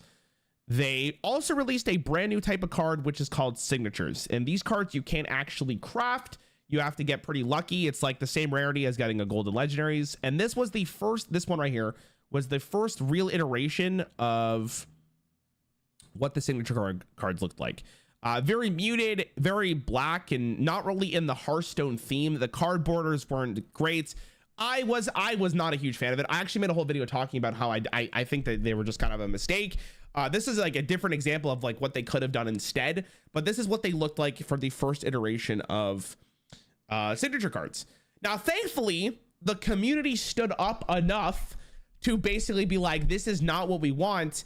And they started to make signature cards that looked like this, which looks so much better in comparison. Like, look at this. Look at that garbage. Look at that beautifulness, right? It looks so much better. So thankfully they listened to the feedback and they decided to change what signature cards looked like. But yeah, these are still in the game, just for the record. They're no one's happy opening any of these. I don't think, at least. Now, at least, you can disenchant signature cards for I don't think it's full dust value, but you get like 1,600 dust if you don't want to keep the card and you just craft the regular card. Again, I'm under the impression that, like, I think these are really nice, but I do like the gold cards themselves. I'm a big fan of them. All right, where was I? A Song of Fiery War Axe and Icebreaker. I'm gonna assume this is like a Game of Thrones reference. It's probably just a Game of Thrones reference if I'm gonna be completely honest, but let me double check. You missed the flood part. Where? Wait, what's the flood part? Oh, is it because people were like opening a shit ton of them at the start? Is that what it was? That's what it was, right? I don't think that's it. So I think, oh yeah, so I will just mention, like, for the signature cards, I believe when like the expansion first came out, you were so much more likely to get them because the packs were bugged. So people were opening these like very rare cards very often. I'm gonna try to think about what this is. I guess this is from, what is this? So this is from Vicious Syndicate. I actually don't know what this is. A Song of Fiery War Axe and Icebreaker. I'm assuming this is a Game of Thrones related thing if you want to read it. We'll read a little bit of it just to get some context here because I'm actually not sure what this is. Admit your defeat, Thrall. There is no way you could win this game. Garrosh and Thrall were sitting across the table from each other, playing Hearthstone on their laptops. It was the first day of the Witchwood expansion, and the orcs were situated in one of the secret gaming rooms at Blizzard's HQ. Thrall was staring closely at his screen, mulling over his next play. Okay, how about this? Thrall finally made his move, placing Murmuring Elemental on the board, followed by Shudderwalk. From both computers, the loud cries of the new legendary minion emanated. My jaw! Okay, yeah, anyways, that's what it's gonna be. So yeah, kind of like a little fanfic storyline, probably related to Game of Thrones. Cabal Lackey isn't a bird.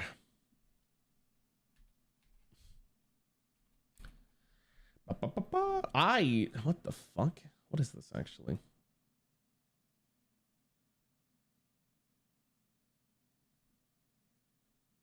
Okay, I never thought it was a bird, but I guess some people did. Is this what? I just realized Cabal Lackey isn't a skeleton bird. This is what the card looks like, and this is the close-in image of it.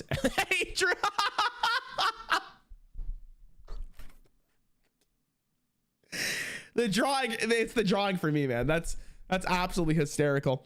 And then we have what it probably looks like in real life. Or what it actually is, what it actually would be in real life, not like a beak. It's like a regular face. So it ends up being like a lizard. I wasn't thinking skeleton bird, but I was thinking a long-snouted lizard in the same way. I never thought it was a bird, like either. I could see like a long-snouted lizard makes more sense. That's actually pretty funny. But Yeah, that's basically what it is. Thermoplug refund. What the? Why did I? What? Some of these are so weird. Did you guys know that? Like, sure.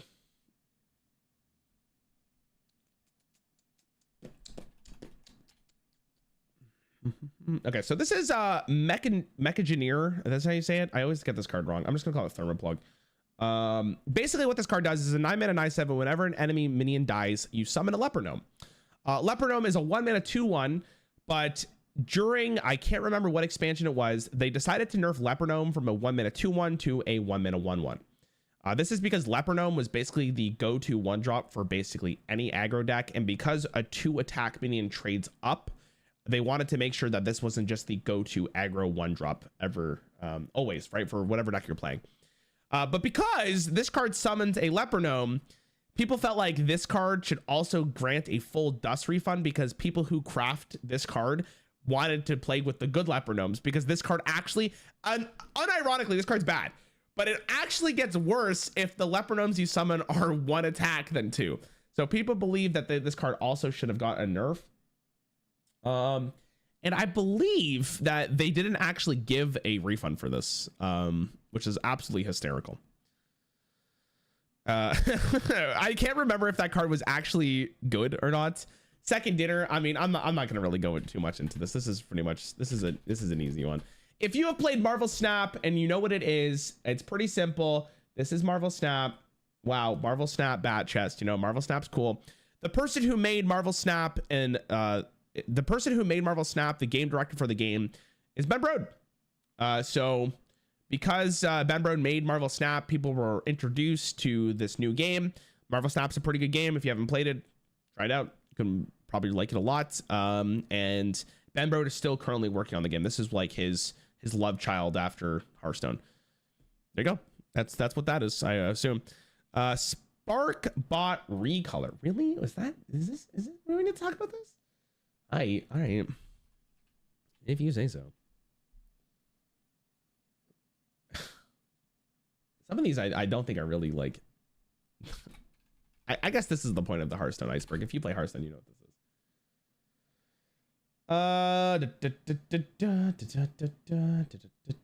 This is very recent, but whatever.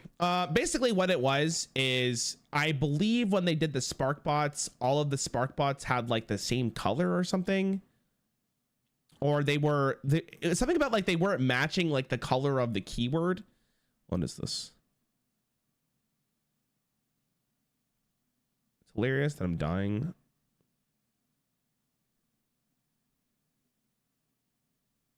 What is Second Dinner? Second Dinner is literally like the company that makes Marvel Snap. But I'm assuming they're putting this in because of Ben Brode, not because of Second Dinner.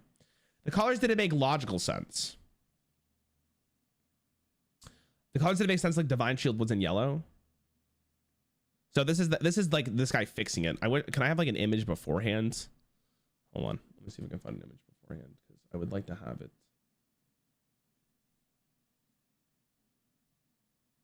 I don't know if I have it. Maybe we can find them. I know they updated it, so that's basically what it is. I don't think that like. I don't think that one's that interesting. I don't know if we really need to talk about that. It is what it is. Craftsmanship. I actually don't know what the hell this is, so I'm excited to learn. Craft.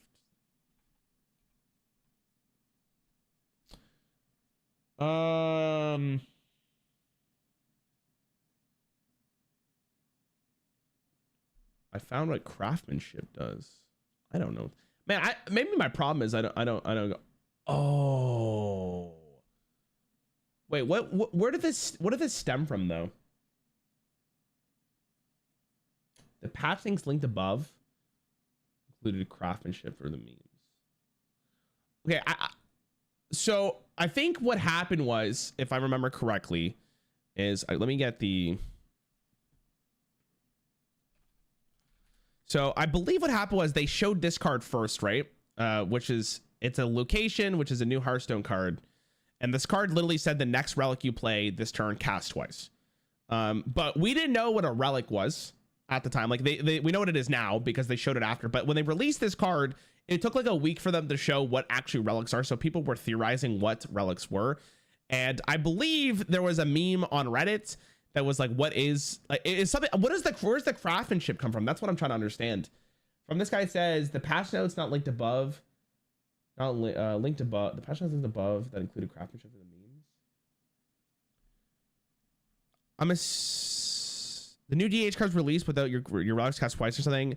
No one actually knows what the relics are, which is weird because they're either released first cycle. Relic enlightened craftsmanship special sphere. I'm not really sure what this was. I do know the relic meme that like they didn't show the relics at all, so people were just theorizing what this was. I'm not 100% sure what the craftsmanship was. I guess people were just memeing on what they could actually be or something, and they're just starting off doing random shit. There was like a week where this was happening. There was a post full of random keywords affecting each other, made up ones, and they all led back to the relics. Okay, it's just based on this card pretty much. Again, is that really worth mentioning? Sure. Tri-class color flood. I don't know what this is either.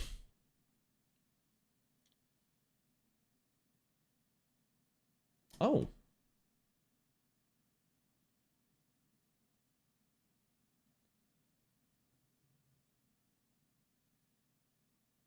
So in Main Streets of Gadgetsin, this was the first time they decided to do like tribes in Hearthstone, which basically means they made cards specifically for specific classes. So I'm going to try to get an example here, so we don't talk like an absolute idiot. There was the Cabal, there was the Grimy Goons, and there was, why can't I remember? The Jades, obviously we talked about it. So there are the Grimy Goons, the Jade Lotus, and the Cabal, right? They're all only for 3 classes. But the initial launch saw an intentionally high rate of tri-class cards found in card packs being opened. And this was before they added, recently in the year 2020, they added duplicate protection. So if you didn't have a specific common and you opened a common card from a pack, it would give you a common that you didn't own. But because that wasn't there when the expansion was released, people were getting a lot of the tri-class cards, pretty much. That's what it was, the flood. I'm sure there's a video. We could probably find one, but I don't think it's necessary. Violet Worm is an MTG card. I actually know what this is, but I will show you guys. So Violet Worm, I believe, was released in Whispers of the Old Gods. Dude, why is Reddit the slowest thing on the fucking planet? Like, can someone explain this to me? Can someone explain this? Yeah, basically, so here's Violet Worm. It's 8 mana 7/7 released in Kobolds and Catacombs. Death Rattle summons 7/1/1 grubs. It's a beast.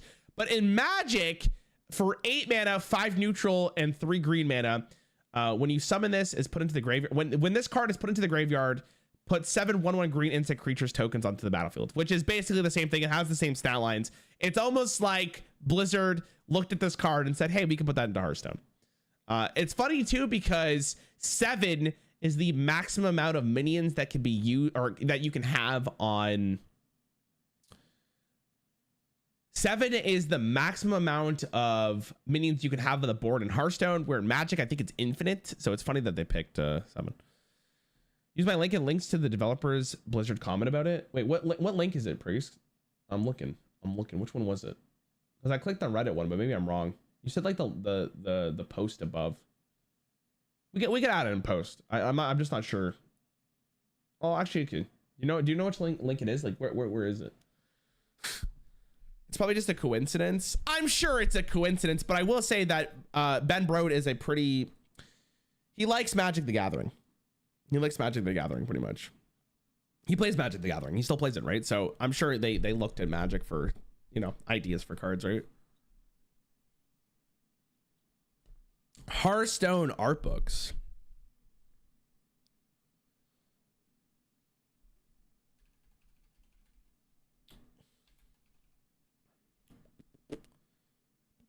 There are currently 5 official art books focusing on different years to each. I have seen these actually.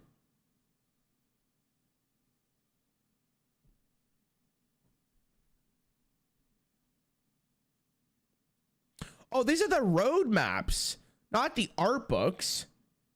Unless we're talking about the art books. The 5th one. Oh, okay. I'll just show the art books then. Okay. If you didn't know, this one's interesting. You might have actually seen these in real life. You may have actually seen these in real life. But Hearthstone actually released art books for the years of Hearthstone, which are basically like art from the specific years, right? So the year of the dragon, year of the mammoth, year of the raven. Actually, did they do one for year of the mammoth? They must have done one for year of the mammoth, right? They did not do one for year of the mammoth.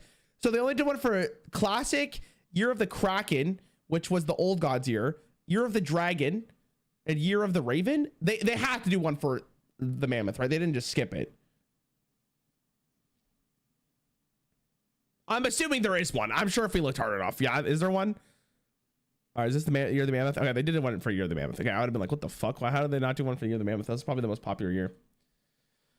Yeah, they did art books. I've seen them in like unironically in dollar stores. I don't know if people have actually ever looked at it, but yeah, they are in dollar stores, which is absolutely hysterical. Competitive YouTube deal. All right, this one kind of sucks ass, if I'm gonna be honest. So we'll talk about it real fast, but this one actually kind of breaks my heart.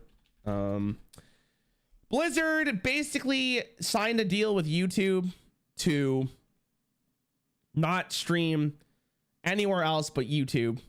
And it's funny that I'm saying this while YouTube streaming, but this was basically the death of esports for Hearthstone and every other Blizzard game, because people did not want to watch esports on YouTube. This was the beginning of the end for Hearthstone, especially, at least for esports, because esports is basically non-existent in the Hearthstone world anymore. That being said, they must have got a pretty freaking fat deal from YouTube to do that, because they did it for like 3 or 4 years. It was a pretty long period of time. I'm hoping that Bobby got a nice yacht from it, because it really was unfortunate. Now, it's crazy because it's back on Twitch, and you can see that there is still a following for Hearthstone esports, but it kind of killed it. You know, it is what it is. It's dead. It is what it is. It's unfortunate. Patch's original summoning quotes. All right, this one's pretty simple, because as many of you guys know, I am a huge Patches guy. I'm sure we can find it on a YouTube video, so give me a hot second. Basically, if you didn't know, Patches was nerfed, right? They nerfed Patches. It used to have charge. Why is he bringing me Elden Ring? Hold on. Yeah, so this is what it sounds like. I'm in charge. I'm in charge now. So he used to say, "I'm in charge now," because he had charge. You know, and then Patches was a very, very good card. So they decided to nerf it. And basically what they did was they just took the charge out. So it just says, after you play a pirate, summon this minion from your deck. And I believe they actually changed it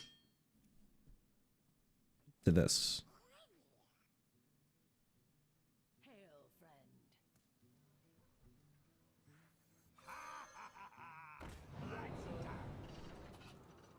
I'm in charge now. What?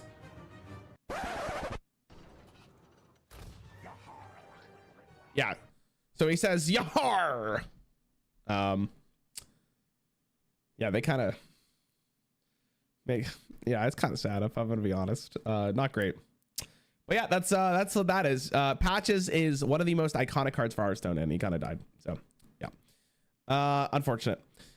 That's not the correct race.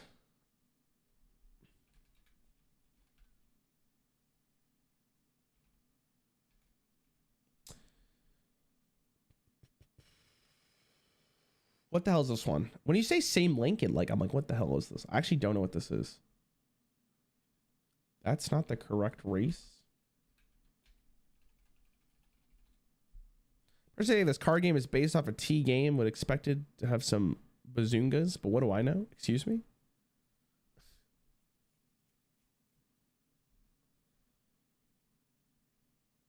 No, the image died.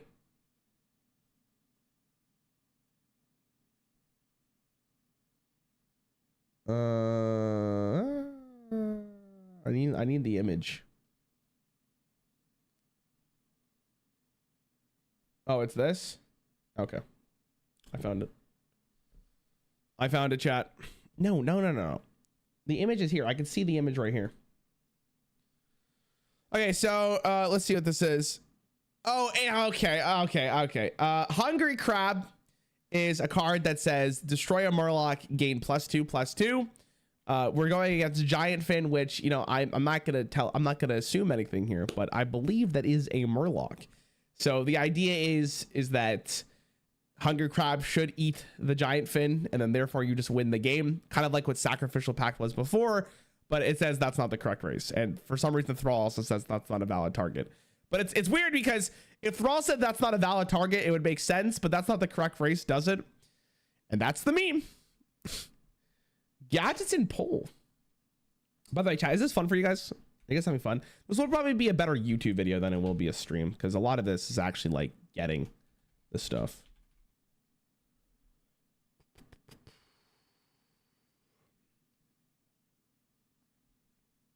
This one will be a little slow. Nope, Giant Fin is adopted. He's actually a night elf. Oh, the more you know. Okay, we gotta go to this.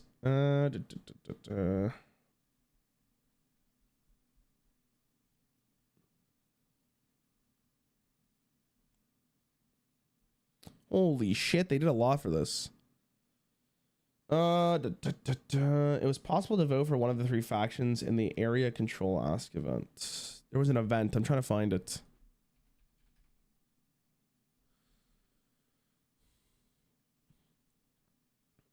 God damn.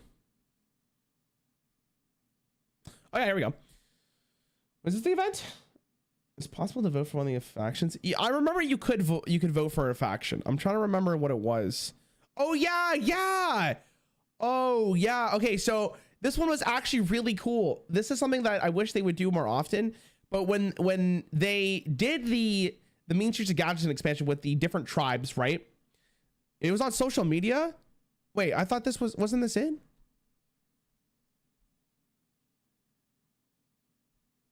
This was it, right? Okay. When they did the Main Streets of Gadgetzan expansion, they did like a little bit of like a challenge kind of almost, which was you got to vote and you got to pick a tribe that you wanted to fight for. I believe that's what it was, right? I could be wrong. And you basically got to vote for like the tribe that you wanted to win. It was basically the popularity of the 3 factions based on the number of matches played by the classes affiliated with each crime family. Purple for Cabal, orange for Grimy Goons, green for Shade Lotus. So in this way, players were invited to fight for their chosen faction and sway the balance of power in the city. Kind of a cool way to get players more invested into what was happening. The last time they did something like this was, I think, for what was that expansion? I can never remember what the expansion is called. The last one, Alterac Valley. For Alterac Valley, they did one which was you got to pick for Horde or Alliance, and I thought that was really cool. They did one for the best Titan. The Alterac Valley one was probably the coolest one they've done in a while, though, where you got to vote for Horde and Alliance, and you actually won something. That was cool. Yeah, that was really, really cool. Reno Jackson is a dragon. Okay, this one again, I'm gonna shout out a video that I did. One of the best videos on my channel. Jackson, dragon. Your boy here, by the way, made a video called How Reno Jackson Became a Dragon. Basically, the story is, in the Year of the Dragon, there was an overarching story between the 3 expansions, and it ended up being that Reno became a dragon, but also it was a really cool like Easter egg thing that they did, because during One Night in Karazhan is the first time that we actually got like a little bit of a theory that Reno Jackson was a dragon, and it took them almost two years after to really kind of confirm it. If you're more interested in this, I would highly recommend you just go watch the video, because I think I did a pretty good job explaining of how it ended up happening and where it came from. It's actually really cool. It's a really cool video. Duels on release. I actually did a lot. Really? Okay. We can talk about this, sure.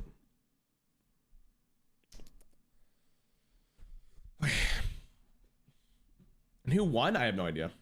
I don't remember who won. Come on in. You're gonna be the Mean Streets one. to see who's here. Oh, not Tavern Ball. Oh, okay. So there's a game mode called Duels, which when it first came out, it was very bad because the way that you could build decks is by owning specific card. Well, actually, I should show you rather than just talking about like an idiot. So in Duels, the way that it basically works is that you what the frick is that? Hello? Oh, wow. I would love to show you. Okay. I don't know what the fuck that was. Basically, in Duels, the way it works is that you pick a hero. So I'll just pick Bran. Actually, I'll pick an easier one. I'll pick Fireheart, right? And when it came down to choosing like a hero, I don't know if it was just, was it just the hero powers? It might have been only the treasures, which I'll show in a quick second. But the way you unlock these is by owning cards for the actual expansion. So it didn't matter that you didn't actually need to use those cards in Duels. The way that you unlock them is by owning the cards from the expansion that it was released, which was really unfortunate because it basically said this, some of the treasures were way better than others. And therefore, if you own the cards, it was like a more pay to win experience. They fixed it obviously because Duels was dying and they wanted it to be a good game mode. Spoiler, Duels is still kind of dying, but that's basically what it was. Unfortunate, right? Unfortunate. Unlucky Hearthstone. Green is green a minion? What the hell is this? Green a minion. Oh, okay.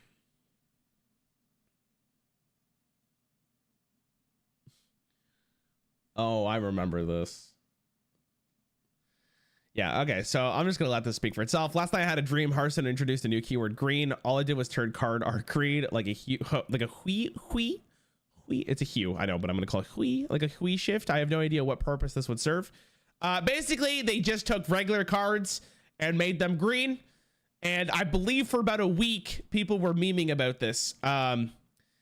Green a minion. If it's already green, give it mega green. Battle cry for the rest of the game. All characters are permanently green. Whenever you would discard a card, green it instead. Battle cry, green a random card in your opponent's hand. Green any damaged character. Or green any character damaged by this. Choose a minion, green it, and some copy of it. Whatever. It's the Hearthstone subreddit is it's an anomaly, dude. It's very interesting. Cthulhu Maxima OTK. I am hoping you have a clip for this, if I'm gonna be honest. I'm really praying you do. Oh, you do. Let's fucking go. All right, take it. Okay, so we're gonna talk about Mark here. If you guys don't know who Mark is, Mark does a bunch of combo decks. Here's the idea. This was actually a bug.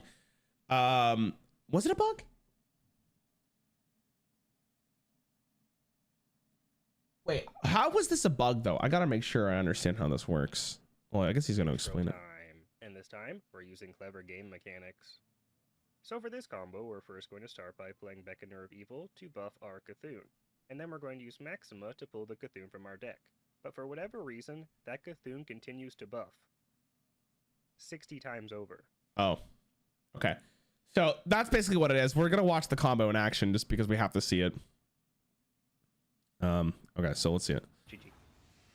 So he played Beckoner of Evil. His opponent passes. Let's just watch this. I don't remember this. Well played.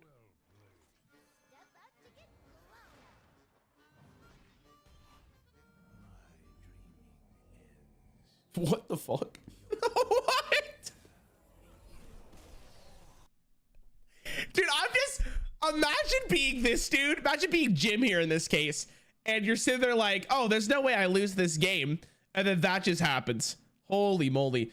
This was hot fixed very quickly because obviously that's hella stupid, but it was the first time that Cthulhu saw play in a very long time. Shout out to Mark. He does a bunch of combos if you want to see it.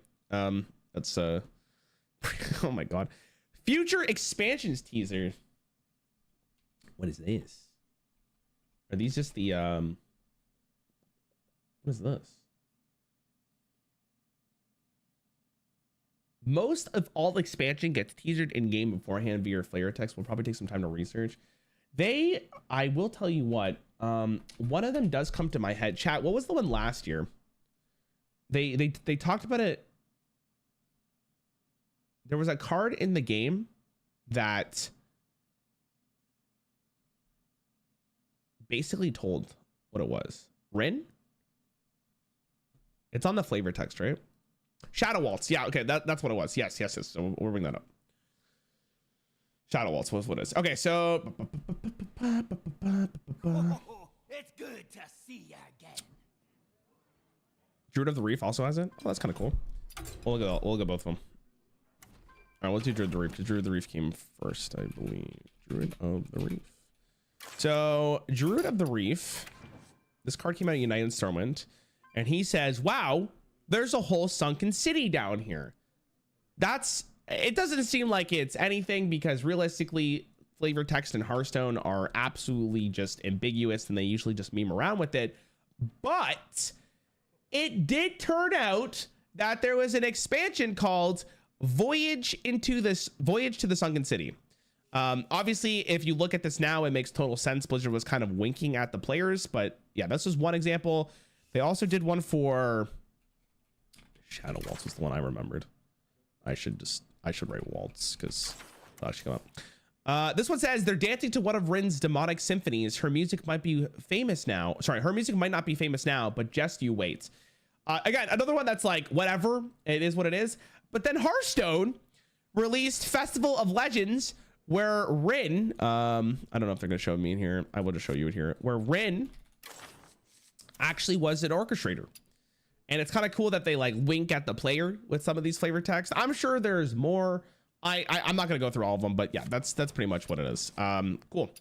That means like every single time they release flavor text, you never know. They might reveal the next expansion. We have no idea. It's cool though. That is really, really cool. Alpha version alpha version Warsong Commander. Oh my god, I remember this. Who? Okay, I didn't play in alpha. I played in beta. But I'm gonna tell you this right now, boys. The alpha version of this was absolutely fucked, because I don't know if it's still.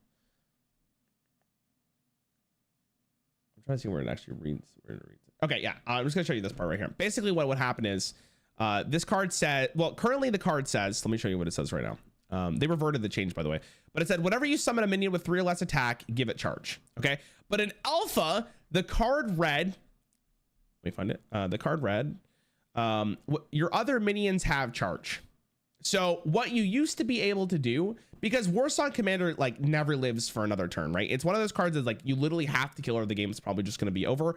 What you used to be able to do is reduce your life total enough so you could play it with Molten Giants, and then the game was just over.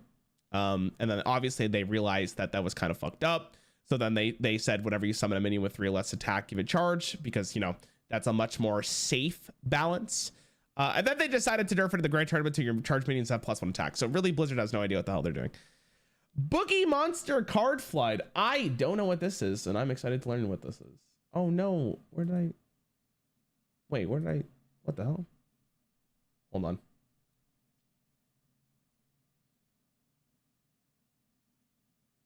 Oh no, hold on. Okay, hold on. I gotta get the link back. I closed like a freaking idiot.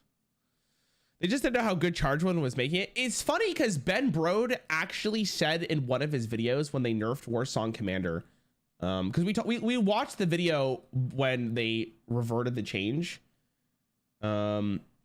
He's talked about how charge is just not a good mechanic for the game. It's hard to balance charge or something like that. I forget exactly what it was. Okay, so this is Boogie Monster. Boogie Monster card opening rain. I don't know what this is. I'm excited. Wasn't there a huge thing during Whisperers where really early on launch people were opening packs and guaranteeing getting the same duplicates over and over again? I remember the forums and sub being lit up, hell up, with people getting Boogie Monster and repeat. I was one of those people. Oh, is that what it was? Okay, I have a better example than this. If it's not on here, let me just quick peek. No, I have a better example than this. We're gonna talk about this one. Should have been on it instead, because this one was hilarious. So before they added duplicate protection, like I mentioned before, so now if you open a legendary, you can't open that legendary again until you open every other legendary in the set. This was beforehand. This person was opening, this person was opening for the TGT expansion, which you guys probably know what that is if you played back in the day. And there was a card called Bolf Ramshield, which is still basically a meme, but it's not as much of a meme anymore because of other cards that have been released recently. But during the time, the card was awful. And this guy ended up opening like 5. So that's 1. He opens another one. Imagine these are the legendaries you're getting. He opens a 3rd one, right? Opens a 4th one. Opens a 5th one. Does he open a 6th one? Wait, does he get a golden one? He got a golden one. He opens a 6th one. Yeah, so basically, this is what this is probably referring to. It's just very funny. You can't do this anymore, but God, imagine opening 6 of these. I'm sure that in this specific case, it was much more like the packs were bugged and you were opening the same card over and over again. But yeah, all that stuff. Okay, now we're moving on to like probably the much more niche stuff that people probably haven't heard before. Some of these are going to be like very, very, very specific. Avatar of the coin. I actually know what this is because your boy did a video on this. What's the coin used to be in Hearthstone, I think is what I called it. Okay, so if you didn't know,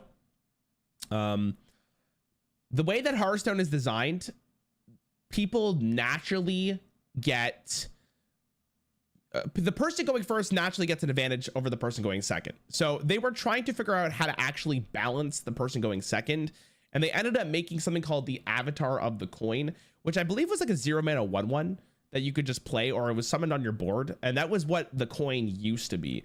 But then they realized that like that's kind of hard to balance, etc., etc.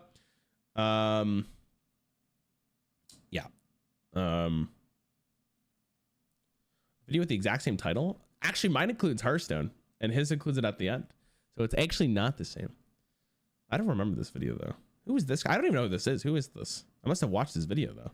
Anyways, that's what the video is. If you're curious, go watch one of these 2 videos. It'll kind of explain what the Hearthstone coin used to be. And obviously it's really tough to balance. I think nowadays the person going second still has a slight disadvantage, but the coin was a good way of balancing it. It's tough though. It is absolutely tough. Original shade of Naxxramas flavor text. I don't know what this is, and I am excited to figure out what this is. Give me a hot second. Wait, did I get rid of the thing again? No, I didn't. Okay. Original flavor. What? Oh, shade. Wasn't both garbage until Warden got released? I don't even know what Warden is, man, but both in standard was never good.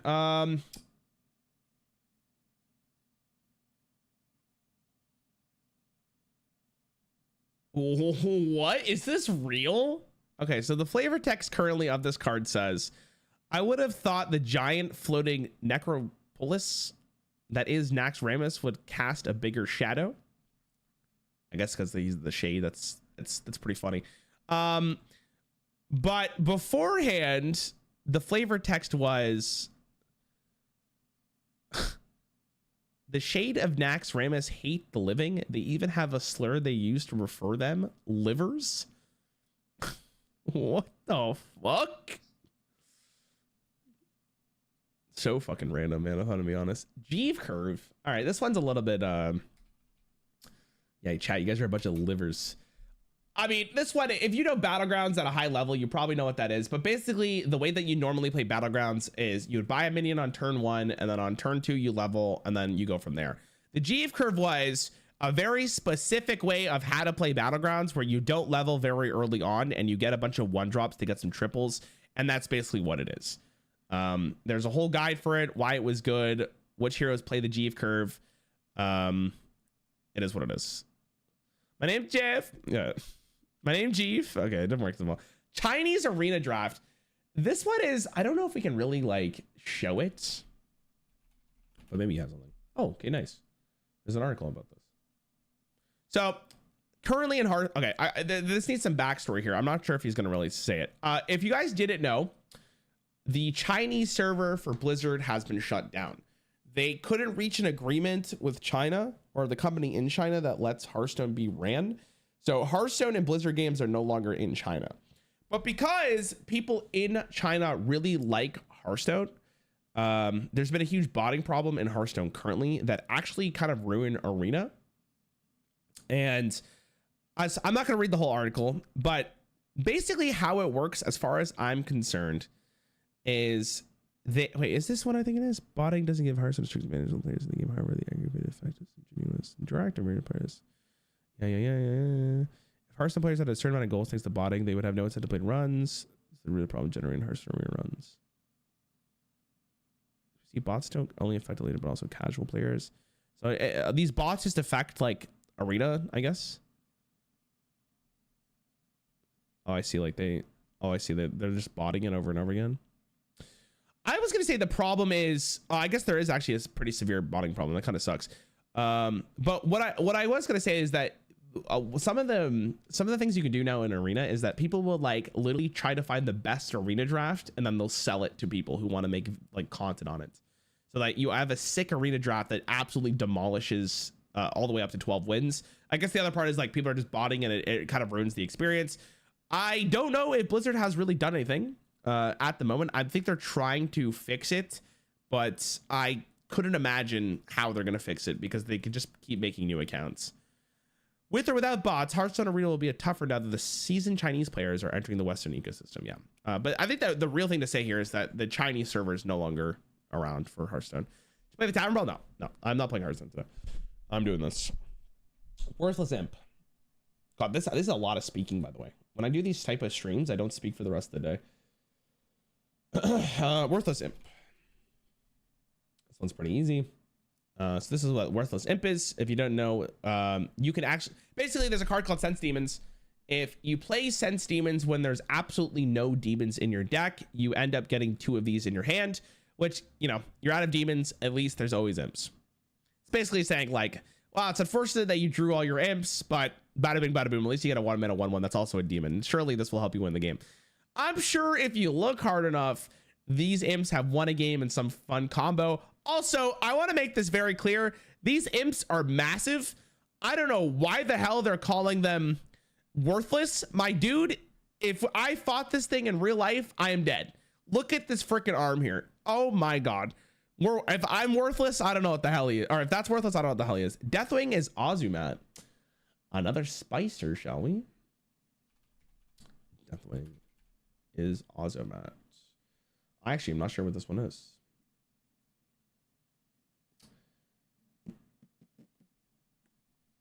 All right. According to Ozumat's WoW wiki page, there's an alpha version of Ozumat, but the page it links doesn't exist. And I just want to know what this is like. In 2013, Ozumat was cited by Ben Brode as an example of a card which was designed specifically in order to use the awesome associated art, the TCG art. However, ultimately, the developers just couldn't fit him into the game. Eventually, it was removed from the game shortly before the beginning of beta, which its design became Deathwing. Oh, okay. So they wanted to use the art.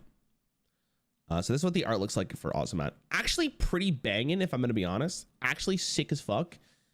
Really, really cool design art here. It's very like metal is how I'm going to describe it.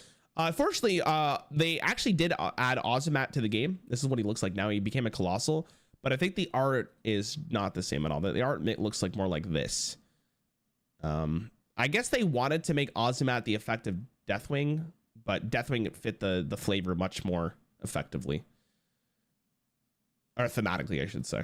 That's probably what it ended up being. Ametus is a male? What are how some of these? Who the is it Ametus the Titan?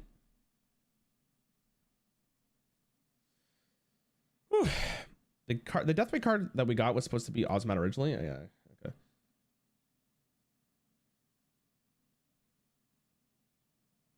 What the okay, I this one's so niche. What the hell? This one might be nitpicky, but am I the only one annoyed by the fact that Ametus should be called, I don't even know how to pronounce this. Ametesas is a masculine suffix, whereas -a is a feminine suffix in Latin. Any Latin speakers in chat? I have no fucking idea. Sure. There you go. That's what that one is. I'm not really sure what that is.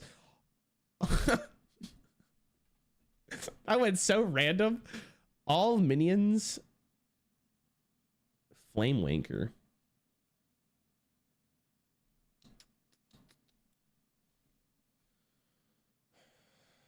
Ametus is male. Amita equals female.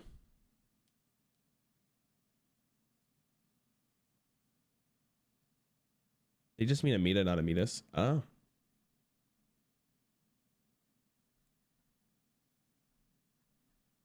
So all minions in Flamewanker, basically this is what this is. A lot of these are just from Reddit 8 years ago. Hearthstone cards are as created by a neural network. If you don't know what a neural network is, it's basically how an AI learns. And this person did it for MTG, and this person decided to do it for Hearthstone.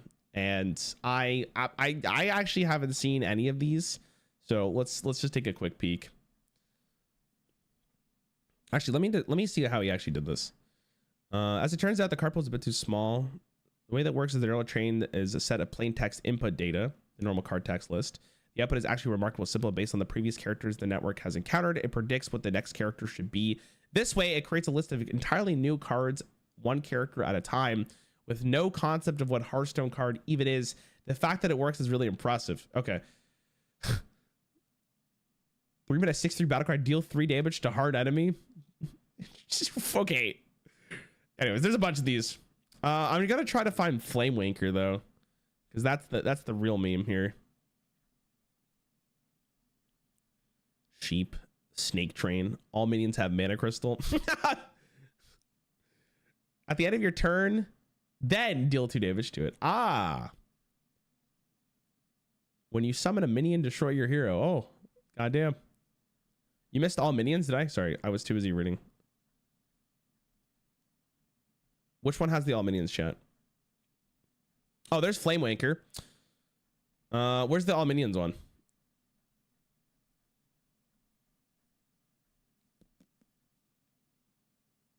When one of your minions attack, ram minion. Oh, where's the all minions? You pass it again. What's it called? Oh, this one. Okay, 6 mana 6/0 blood Manos, all minions, and then this is the Flamewanker. 1 mana 2/2 battle cry, gain +2/+4 for each other random friendly minion in your hand. Demon. Yo, that card's fucking broken, by the way. If I'm gonna be completely honest, that's disgusting. So thank God this is in the game. That's kind of cool. Auto Pecker 4000. I know what this actually is, but I'm hoping you have a photo of it. Man, I'm tired of speaking, you know. This was a card that was actually in the alpha version of Hearthstone. They wanted to use the ability of using a virtual space for a card game, and all it was a 1 mana 1/1. Deal 1 damage to deal 1 damage to any player who mouses over this minion. I believe there was also another card that was like, this minion gets +1/+1 for each game that you lost in a row or something. And they obviously realized that was absolutely ridiculous. But could you imagine if this card was in the game? It'd be so funny. It'd be absolutely so funny if this was still in the game. Okay. Shadow Flame to Gul'dan. Again, I'm not sure what this one is. Shadow Flame to... This one doesn't show up. Hold on.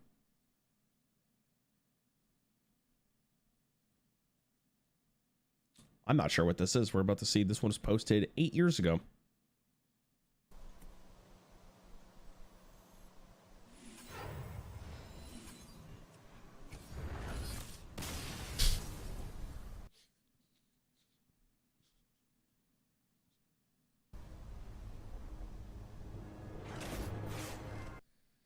How do people find this, man? That's so crazy. Anyways, that's what that was. What the hell? That's so weird. Ghostly keyword. You just took like 4 damage. Yeah, I know. Oh, okay.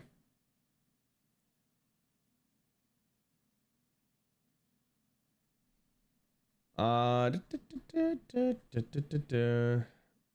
to see if this is actually here. I believe this is just like Echo, isn't it?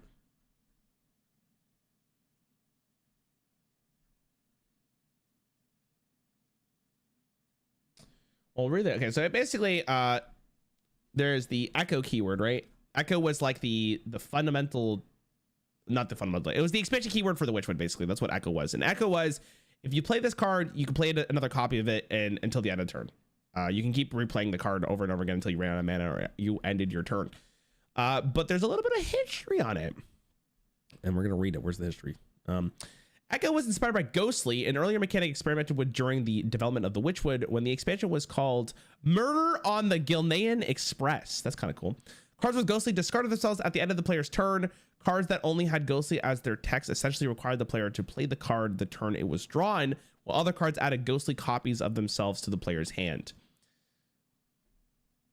There you go. They ended up with Echo. I actually really like Echo. I think Echo's good. And I guess the embodiment of Echo still, or the embodiment of Ghostly, the idea of Ghostly still lives on in Echo, basically. There's a lot of speaking. I'm kind of losing my brain here. Question mark achievements. So we talked about achievements earlier. These ones are actually really cool. I've done a couple of these. Have you guys done these before? What do you think, chat? And we'll open Hearthstone to find this. Basically what these are is one of the developers, Celestion, who's actually been a part of Hearthstone for a very long time, utilized the achievement system to get specific card backs that you had to do like a specific challenge for. The one for Murder at Castle Nathria was really cool. It was like trying to find out the odd man out. I really liked it. But if you did those question mark achievements, you ended up getting a specific card back, and I'm not going to remember what it's called. Is it this one? No. Does anyone remember what the card back is called? If not, I'm just going to look up the question mark achievements.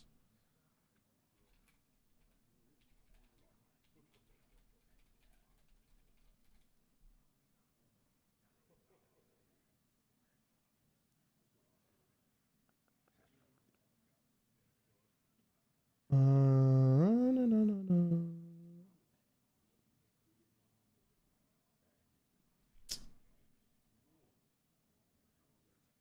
I'm trying to find them. I know they're here.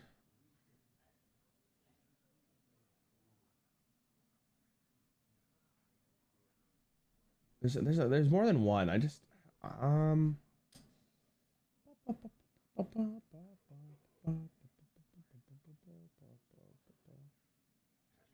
Nathria was Deviate Delight. Okay, perfect. So if you do the question mark achievements, you get a card back. This is one of the card backs. It actually looks pretty nice. They're fun mini games, honestly. All of them have been pretty good. I don't know if I've done all of them, but I really like the Castle Nathria one. And if you want to do it, you just have to build like a specific deck list and queue up, and it'll put you into it. I'm sure they still work in the game. They were really fun though. Those are awesome. I hope they do more.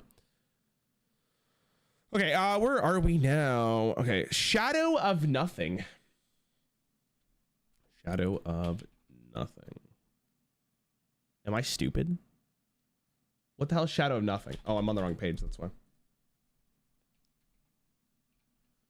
Shadow of Nothing. Oh yeah, of course. Oh my god, how could I forget what this is?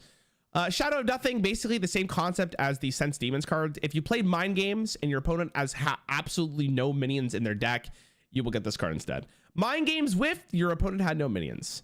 So I guess the nice thing about this is that the card actually went off, but you might have been like, wait, did it bug out? So if it gives you something, at least you understand that like the card actually went through the sequence of it, and you got nothing. That's cool.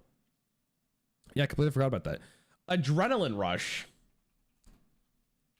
Oh my god, sorry if you keep hearing this. I type so fast that I type over the amount of keywords or the letters needed. Oh god. Yeah, I remember this card. This card was made in Alpha Hearthstone for Rogue. As you can see, for the time, it was a very good card. 1 mana to draw a card in Hearthstone back in the day was actually extremely good. And in Rogue, it was even better than obviously for combo, draw 2 cards instead. Also want to like just pay attention to the way that the text is done on this card. It looks so strange because it's so small, but this card didn't make it into the game. It was replaced with Shiv, which is this card, and this card was gone. Probably a really smart decision. In current Hearthstone, I think in current Hearthstone, this would see play, but it wouldn't be as gross. I could definitely see it being played. Would be cool. Lich King versus Battle Pets. I don't even know what this one is. What is this? Battle Pets expansion? Battle Pets expansion. Around the GVG teaser season, the community mistook a lot of the image as teasers for a pirate versus ninja expansion. Since GVG was obviously not that, the community was expecting it to come later. There's also a custom expansion with that theme on YouTube.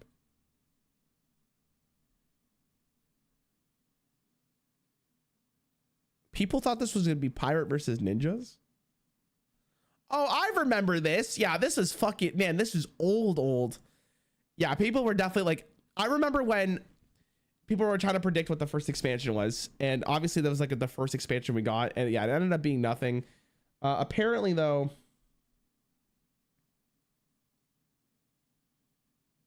in the trivia section,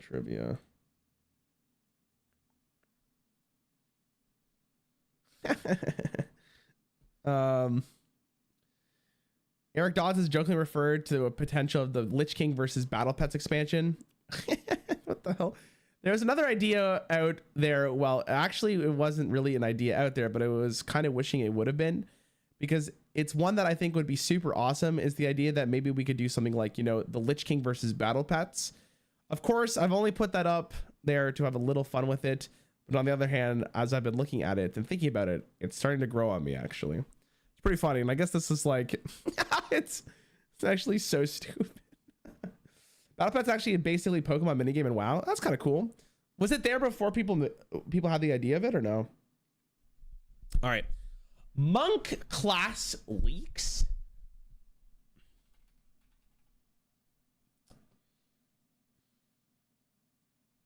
Dynamite were able to find files that point to us getting a monk class somewhere in the future. Most notably, in the file is a location that already stores data for the monk class, which is a correctly stored banner. Wow. When was this? When was this? I'm sure if I look it up.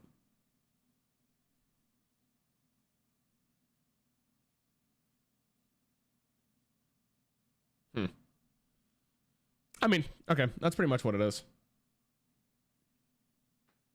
I'm sure at some point, right? I'm sure at some point we will get a monk class in Hearthstone. I'm sure. I'm sure at some point we'll get it. Nerubian Soldier. Nerubian. And this is another older card, right? Yeah, that's another older card. What the hell is this actually? All right, that's what that looks like. This card may have been intended for use in a Tavern Brawl. It had other uses since the card ID does not necessarily imply anything related to the Tavern Brawls being identified as a regular Whispers of the Old God card. Therefore, it may have also been a scrap development card for Whispers of the Old Gods. 8 mana 7/7. Unplayable. Unless there was some other text that they didn't release, but this was a card that potentially could have been out for Whispers of the Old God. Is there a golden version of it? That's what that is. Fate Splitter hero cards. I'm so sorry for the noises if you hear them. Oh my god, I can type, I promise. Fate Splitter gives you any copy of a card that kills it. Oh, would you look at that? So if your hero killed the card, you actually get the hero in your hand. Oh my god, yeah, and you can get the you can get the dart trap, and he turned it to guff. Oh my god, that's actually crazy. What the hell? That's so random. Is that still in the game?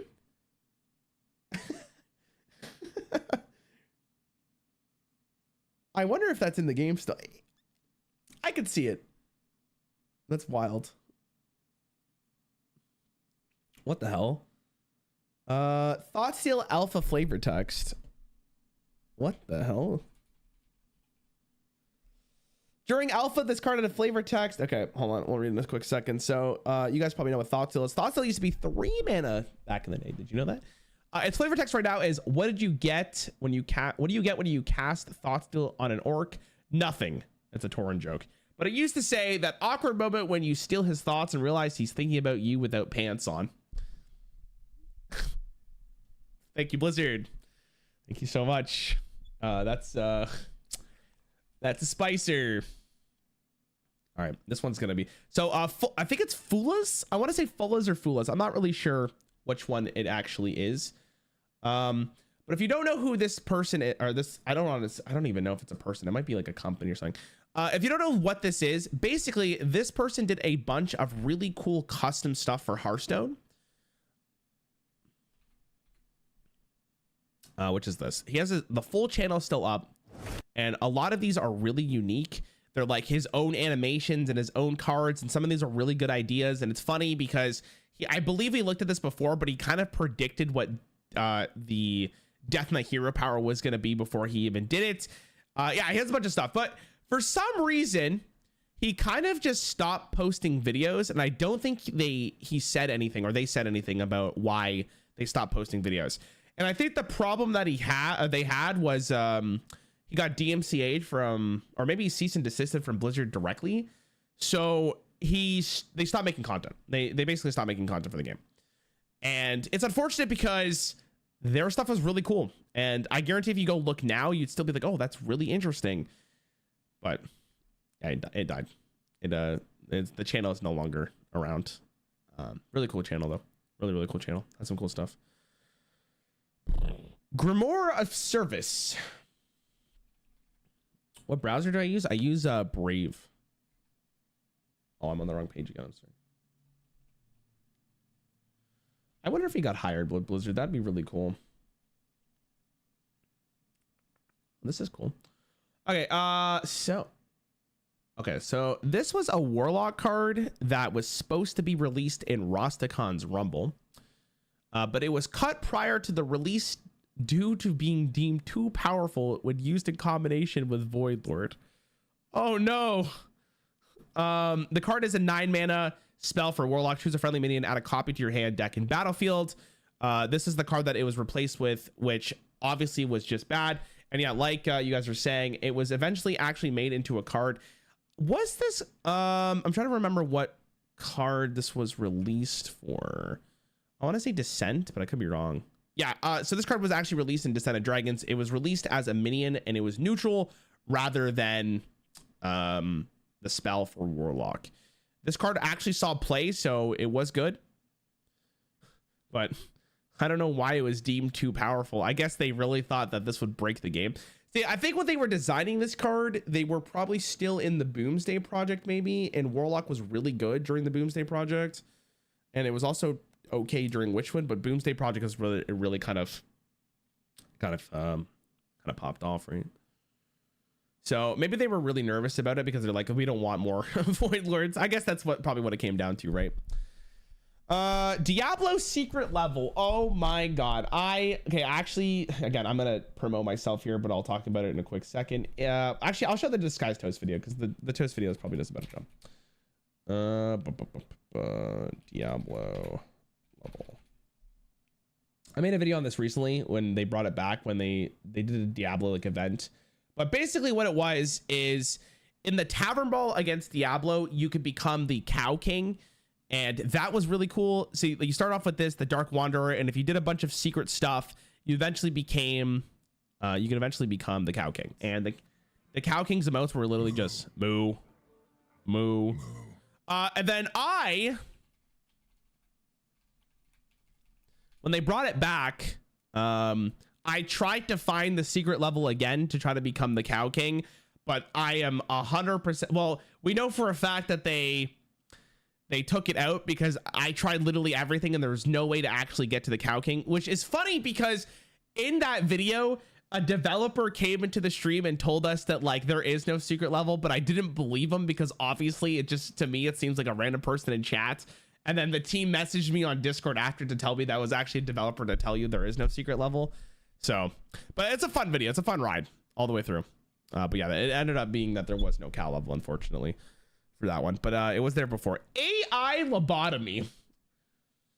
Really hitting this on the nose, are we? I could probably just say what this is. Basically, the AI for solo adventures used to be a lot better and smarter on how they interacted with the board state and the player. I don't know what happened, but eventually Blizzard did a patch and they suck ass now. It's super easy to do a lot of the older AI battles and adventures because they don't really understand their mechanics anymore. And I think what happened is that Blizzard added their own like bots to ladder to help players get more facilitated with Hearthstone when they first get introduced to the game. But I think that actually changed the code and the behavior of Solar Adventures, which kind of sucked. Pirate versus Ninja expansion, which is basically the same thing as the okay, we don't need to talk about this. It's basically the same thing as the Lich King thing we saw before. This one and the Pirates versus Ninja expansion go together. Captain Scaleblade. Is this another card?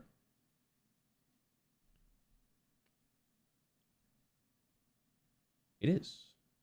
Poggers. All right, this is Captain Scaleblade. I don't know why I said that. Captain Scaleblade. This minion was originally planned to be in the Grand Tournament, but was cut prior to release. 7 mana, 4/6. Cost 1 less for each friendly pirate. Wait, didn't they release this card? Yeah, isn't that the same thing? Well, they had this, and they're like, that guy looks stupid, so now we're going to make a Sky Captain Craig. Also, fun fact about this card, this is the only card in the game that has 4 or 5 R's for charge. Because it's a pirate. Kind of fun. They released a pirate with charge recently, and they didn't do that. I don't know why. What the hell? He was too blurry. Tavish's Animal Companions. I can name this one without looking it up, but I just want the images.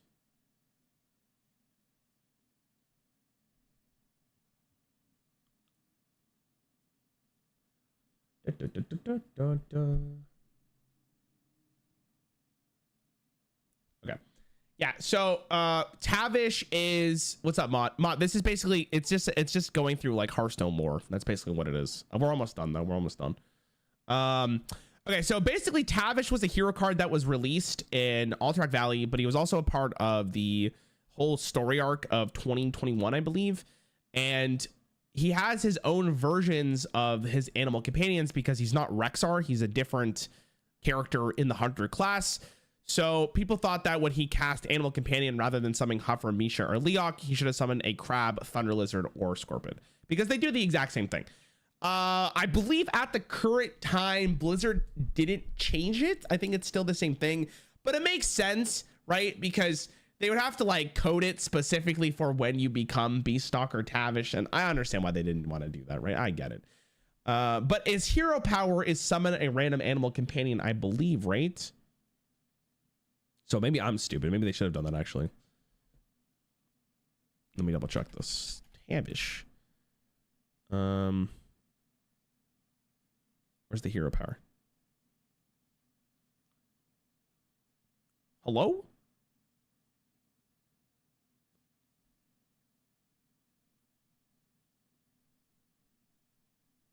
Doesn't, what? Man. Let me go to the wiki, because apparently the official Hearthstone summon pad, that's what it's called? Okay, sorry, my bad. Did I miss it?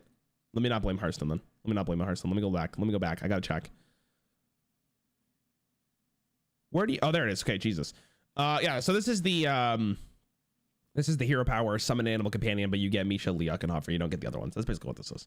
Sorry, I'm blind. Chat, look how much I've been reading, boys. Give me a break. Woo! Card opening time skip. I don't know what this is, and I'm excited to learn what it is.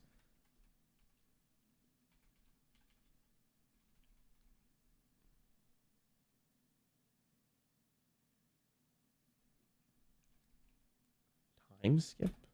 I don't know what this is. Anyone know what this is? Card opening time skip. Hearthstone.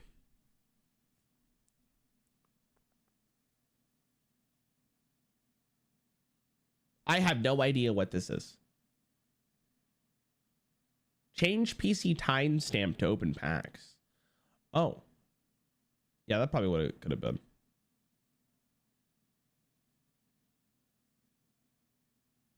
Oh, I guess that's what it is. Okay, so I can kind of talk about it. When there's a new expansion released, if you pre-order the packs, you can't open the packs until the time the expansion is released.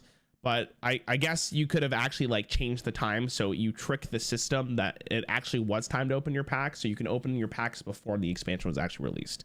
I'm guessing you probably couldn't queue up for a game because the game was like, what the hell, these aren't live yet, but I'm guessing that's what it is. Okay, we're finally on the last section of this. Also, I realized that you guys couldn't see a little bit of this, so David, if you want to use it for footage or something, if you want, I'll link you the image just in case. I'm sorry if you guys missed a couple of those because you couldn't see it. Rafam died during Galakrond's awakening.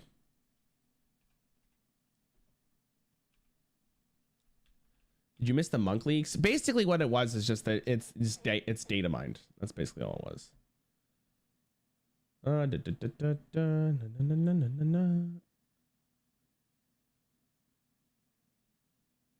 right, this is what this is. This is super niche.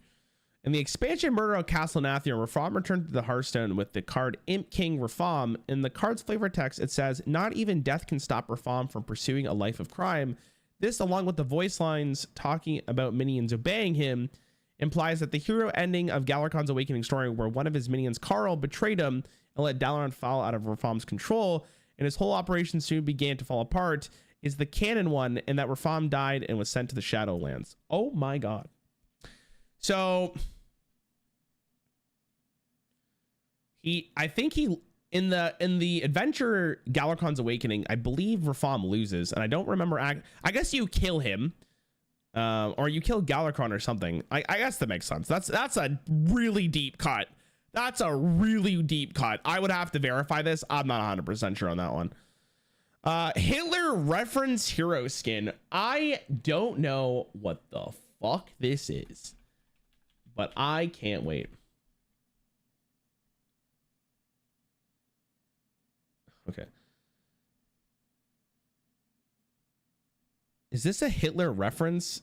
Sai gave up art for swordplay after a teacher described his paintings as bloody awful. Yo. The digital art program called Painful Sai. Oh, okay. I can see why someone would say it. That's... I could, okay. I can see why someone may think that's pretty funny, actually. Fun fact about this skin. This is, I believe, the only, did they do it for the Wild Brawlseum chat, or was it just for this one? But this is, you can only get this skin for getting 12 wins in the Heroic Brawlseum. I don't know if they did it for the Wild one that we had recently, but yeah, when they did this, you can only get the skin by getting 12 wins. So some people have this, not everyone does. I don't have it, I suck. Unlucky, you know? Custom Hearthstone Scourge Rager.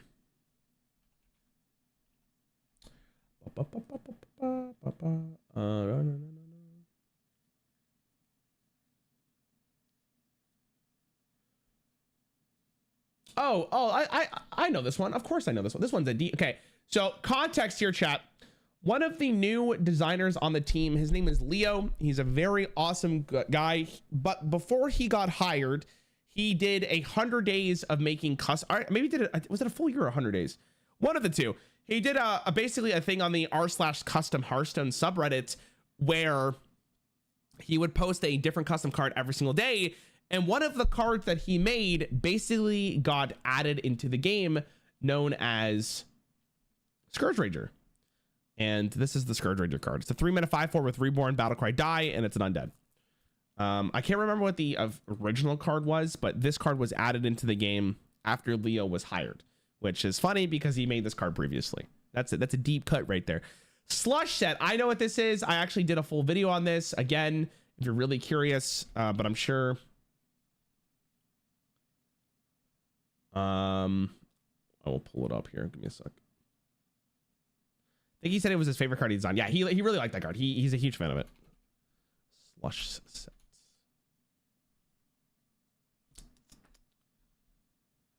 I don't know if these are the exact same cards. Yeah, I think that's, yeah, actually. Okay, so basically, the Slush set is a set of cards that data miners find within the game files, which were grouped as an unused set labeled Slush. They were all created during the development of different sets. They were rejected designs were recycled into finalized cards. So basically, the Slush set is older versions of cards that didn't get added into the game that they reiterated onto it. So for example, there's a card called Garland, 8-mana Tented Hunter Legendary. Whenever this minion kills another minion, it may attack again. And this is possibly the beta version of this card right here. That's basically what it is. And there's a whole ton of, I did a video on a couple of these. I forget what the video was called, but if you go back enough, I'm sure we can find it. Maybe I'll try to link it before we get there. Cooking Reno is Doug. Any Doug watchers in chat?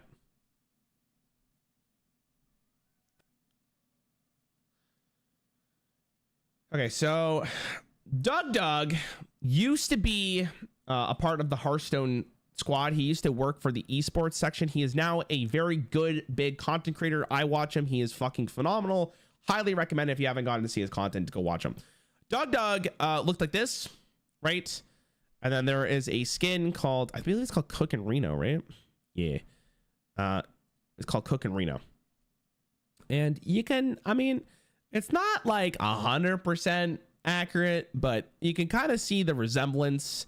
Doug kind of looks like Reno slightly if he had a mustache and a goatee kind of thing, like the little like sort of soul patch there. I can definitely see it. I think that's basically what it is, though. That's just the meme. Yeah, but Doug used to work with Hearthstone. He has a whole video on it. We watched it before. He also shaved in that picture. Yeah, Doug generally... This is what Doug usually looks like. Doug.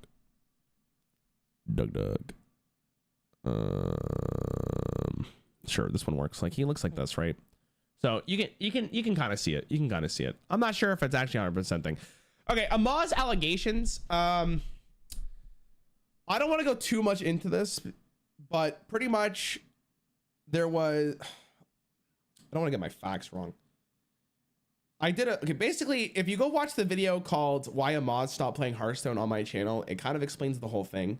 But basically what happened was Amaz had some allegations towards him of how he handled specific things. And Blizzard basically took him off this Battlegrounds event that he was making, and he wasn't allowed. After that moment, he stopped playing it entirely. Or he stopped playing Hearthstone entirely. He does not play Hearthstone anymore. That was like the last time he played it. Again, if you want to see the full thing, it's on the it's on my YouTube channel if you want to watch the whole video.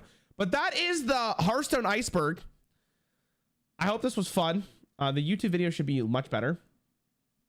Yeah, this was a weird moment. I don't want to go too much into it. You can definitely Google search some things. If you feel like we missed anything on the Iceberg, shout out to the guy who made it first and foremost. I appreciate you going through this. Thank you for making it. Thanks for having this whole list for me. That's very nice. I will link the Reddit post in the description of this video. And if you think we missed anything, let me know. Make sure you like, subscribe, all that stuff. That's basically it. This was fun. A little bit of a... Thank you. This was a really goddamn. This is a long ass time of speaking for so long. Okay. Was the Sky's Toast in the Iceberg? There was I brought them up for specific ones. They didn't do like content creators specifically, right? I don't think it's fair to do content creators from the Hearthstone Iceberg because they're not like Hearthstone. Content creators aren't Hearthstone, right? No rare facts in the Iceberg. You know what my saddest thing about being a Hearthstone content creator in 2023 is, man, in 2022. Is I probably will never have like a best moments done for my like content, which is more than fine, right? But I think it would just be fun. I miss the glory days, right, where people would do that. They don't have those anymore. So anyways, that's what this is, chat. I hope you guys had fun. I am kind of dead, if I'm gonna be honest.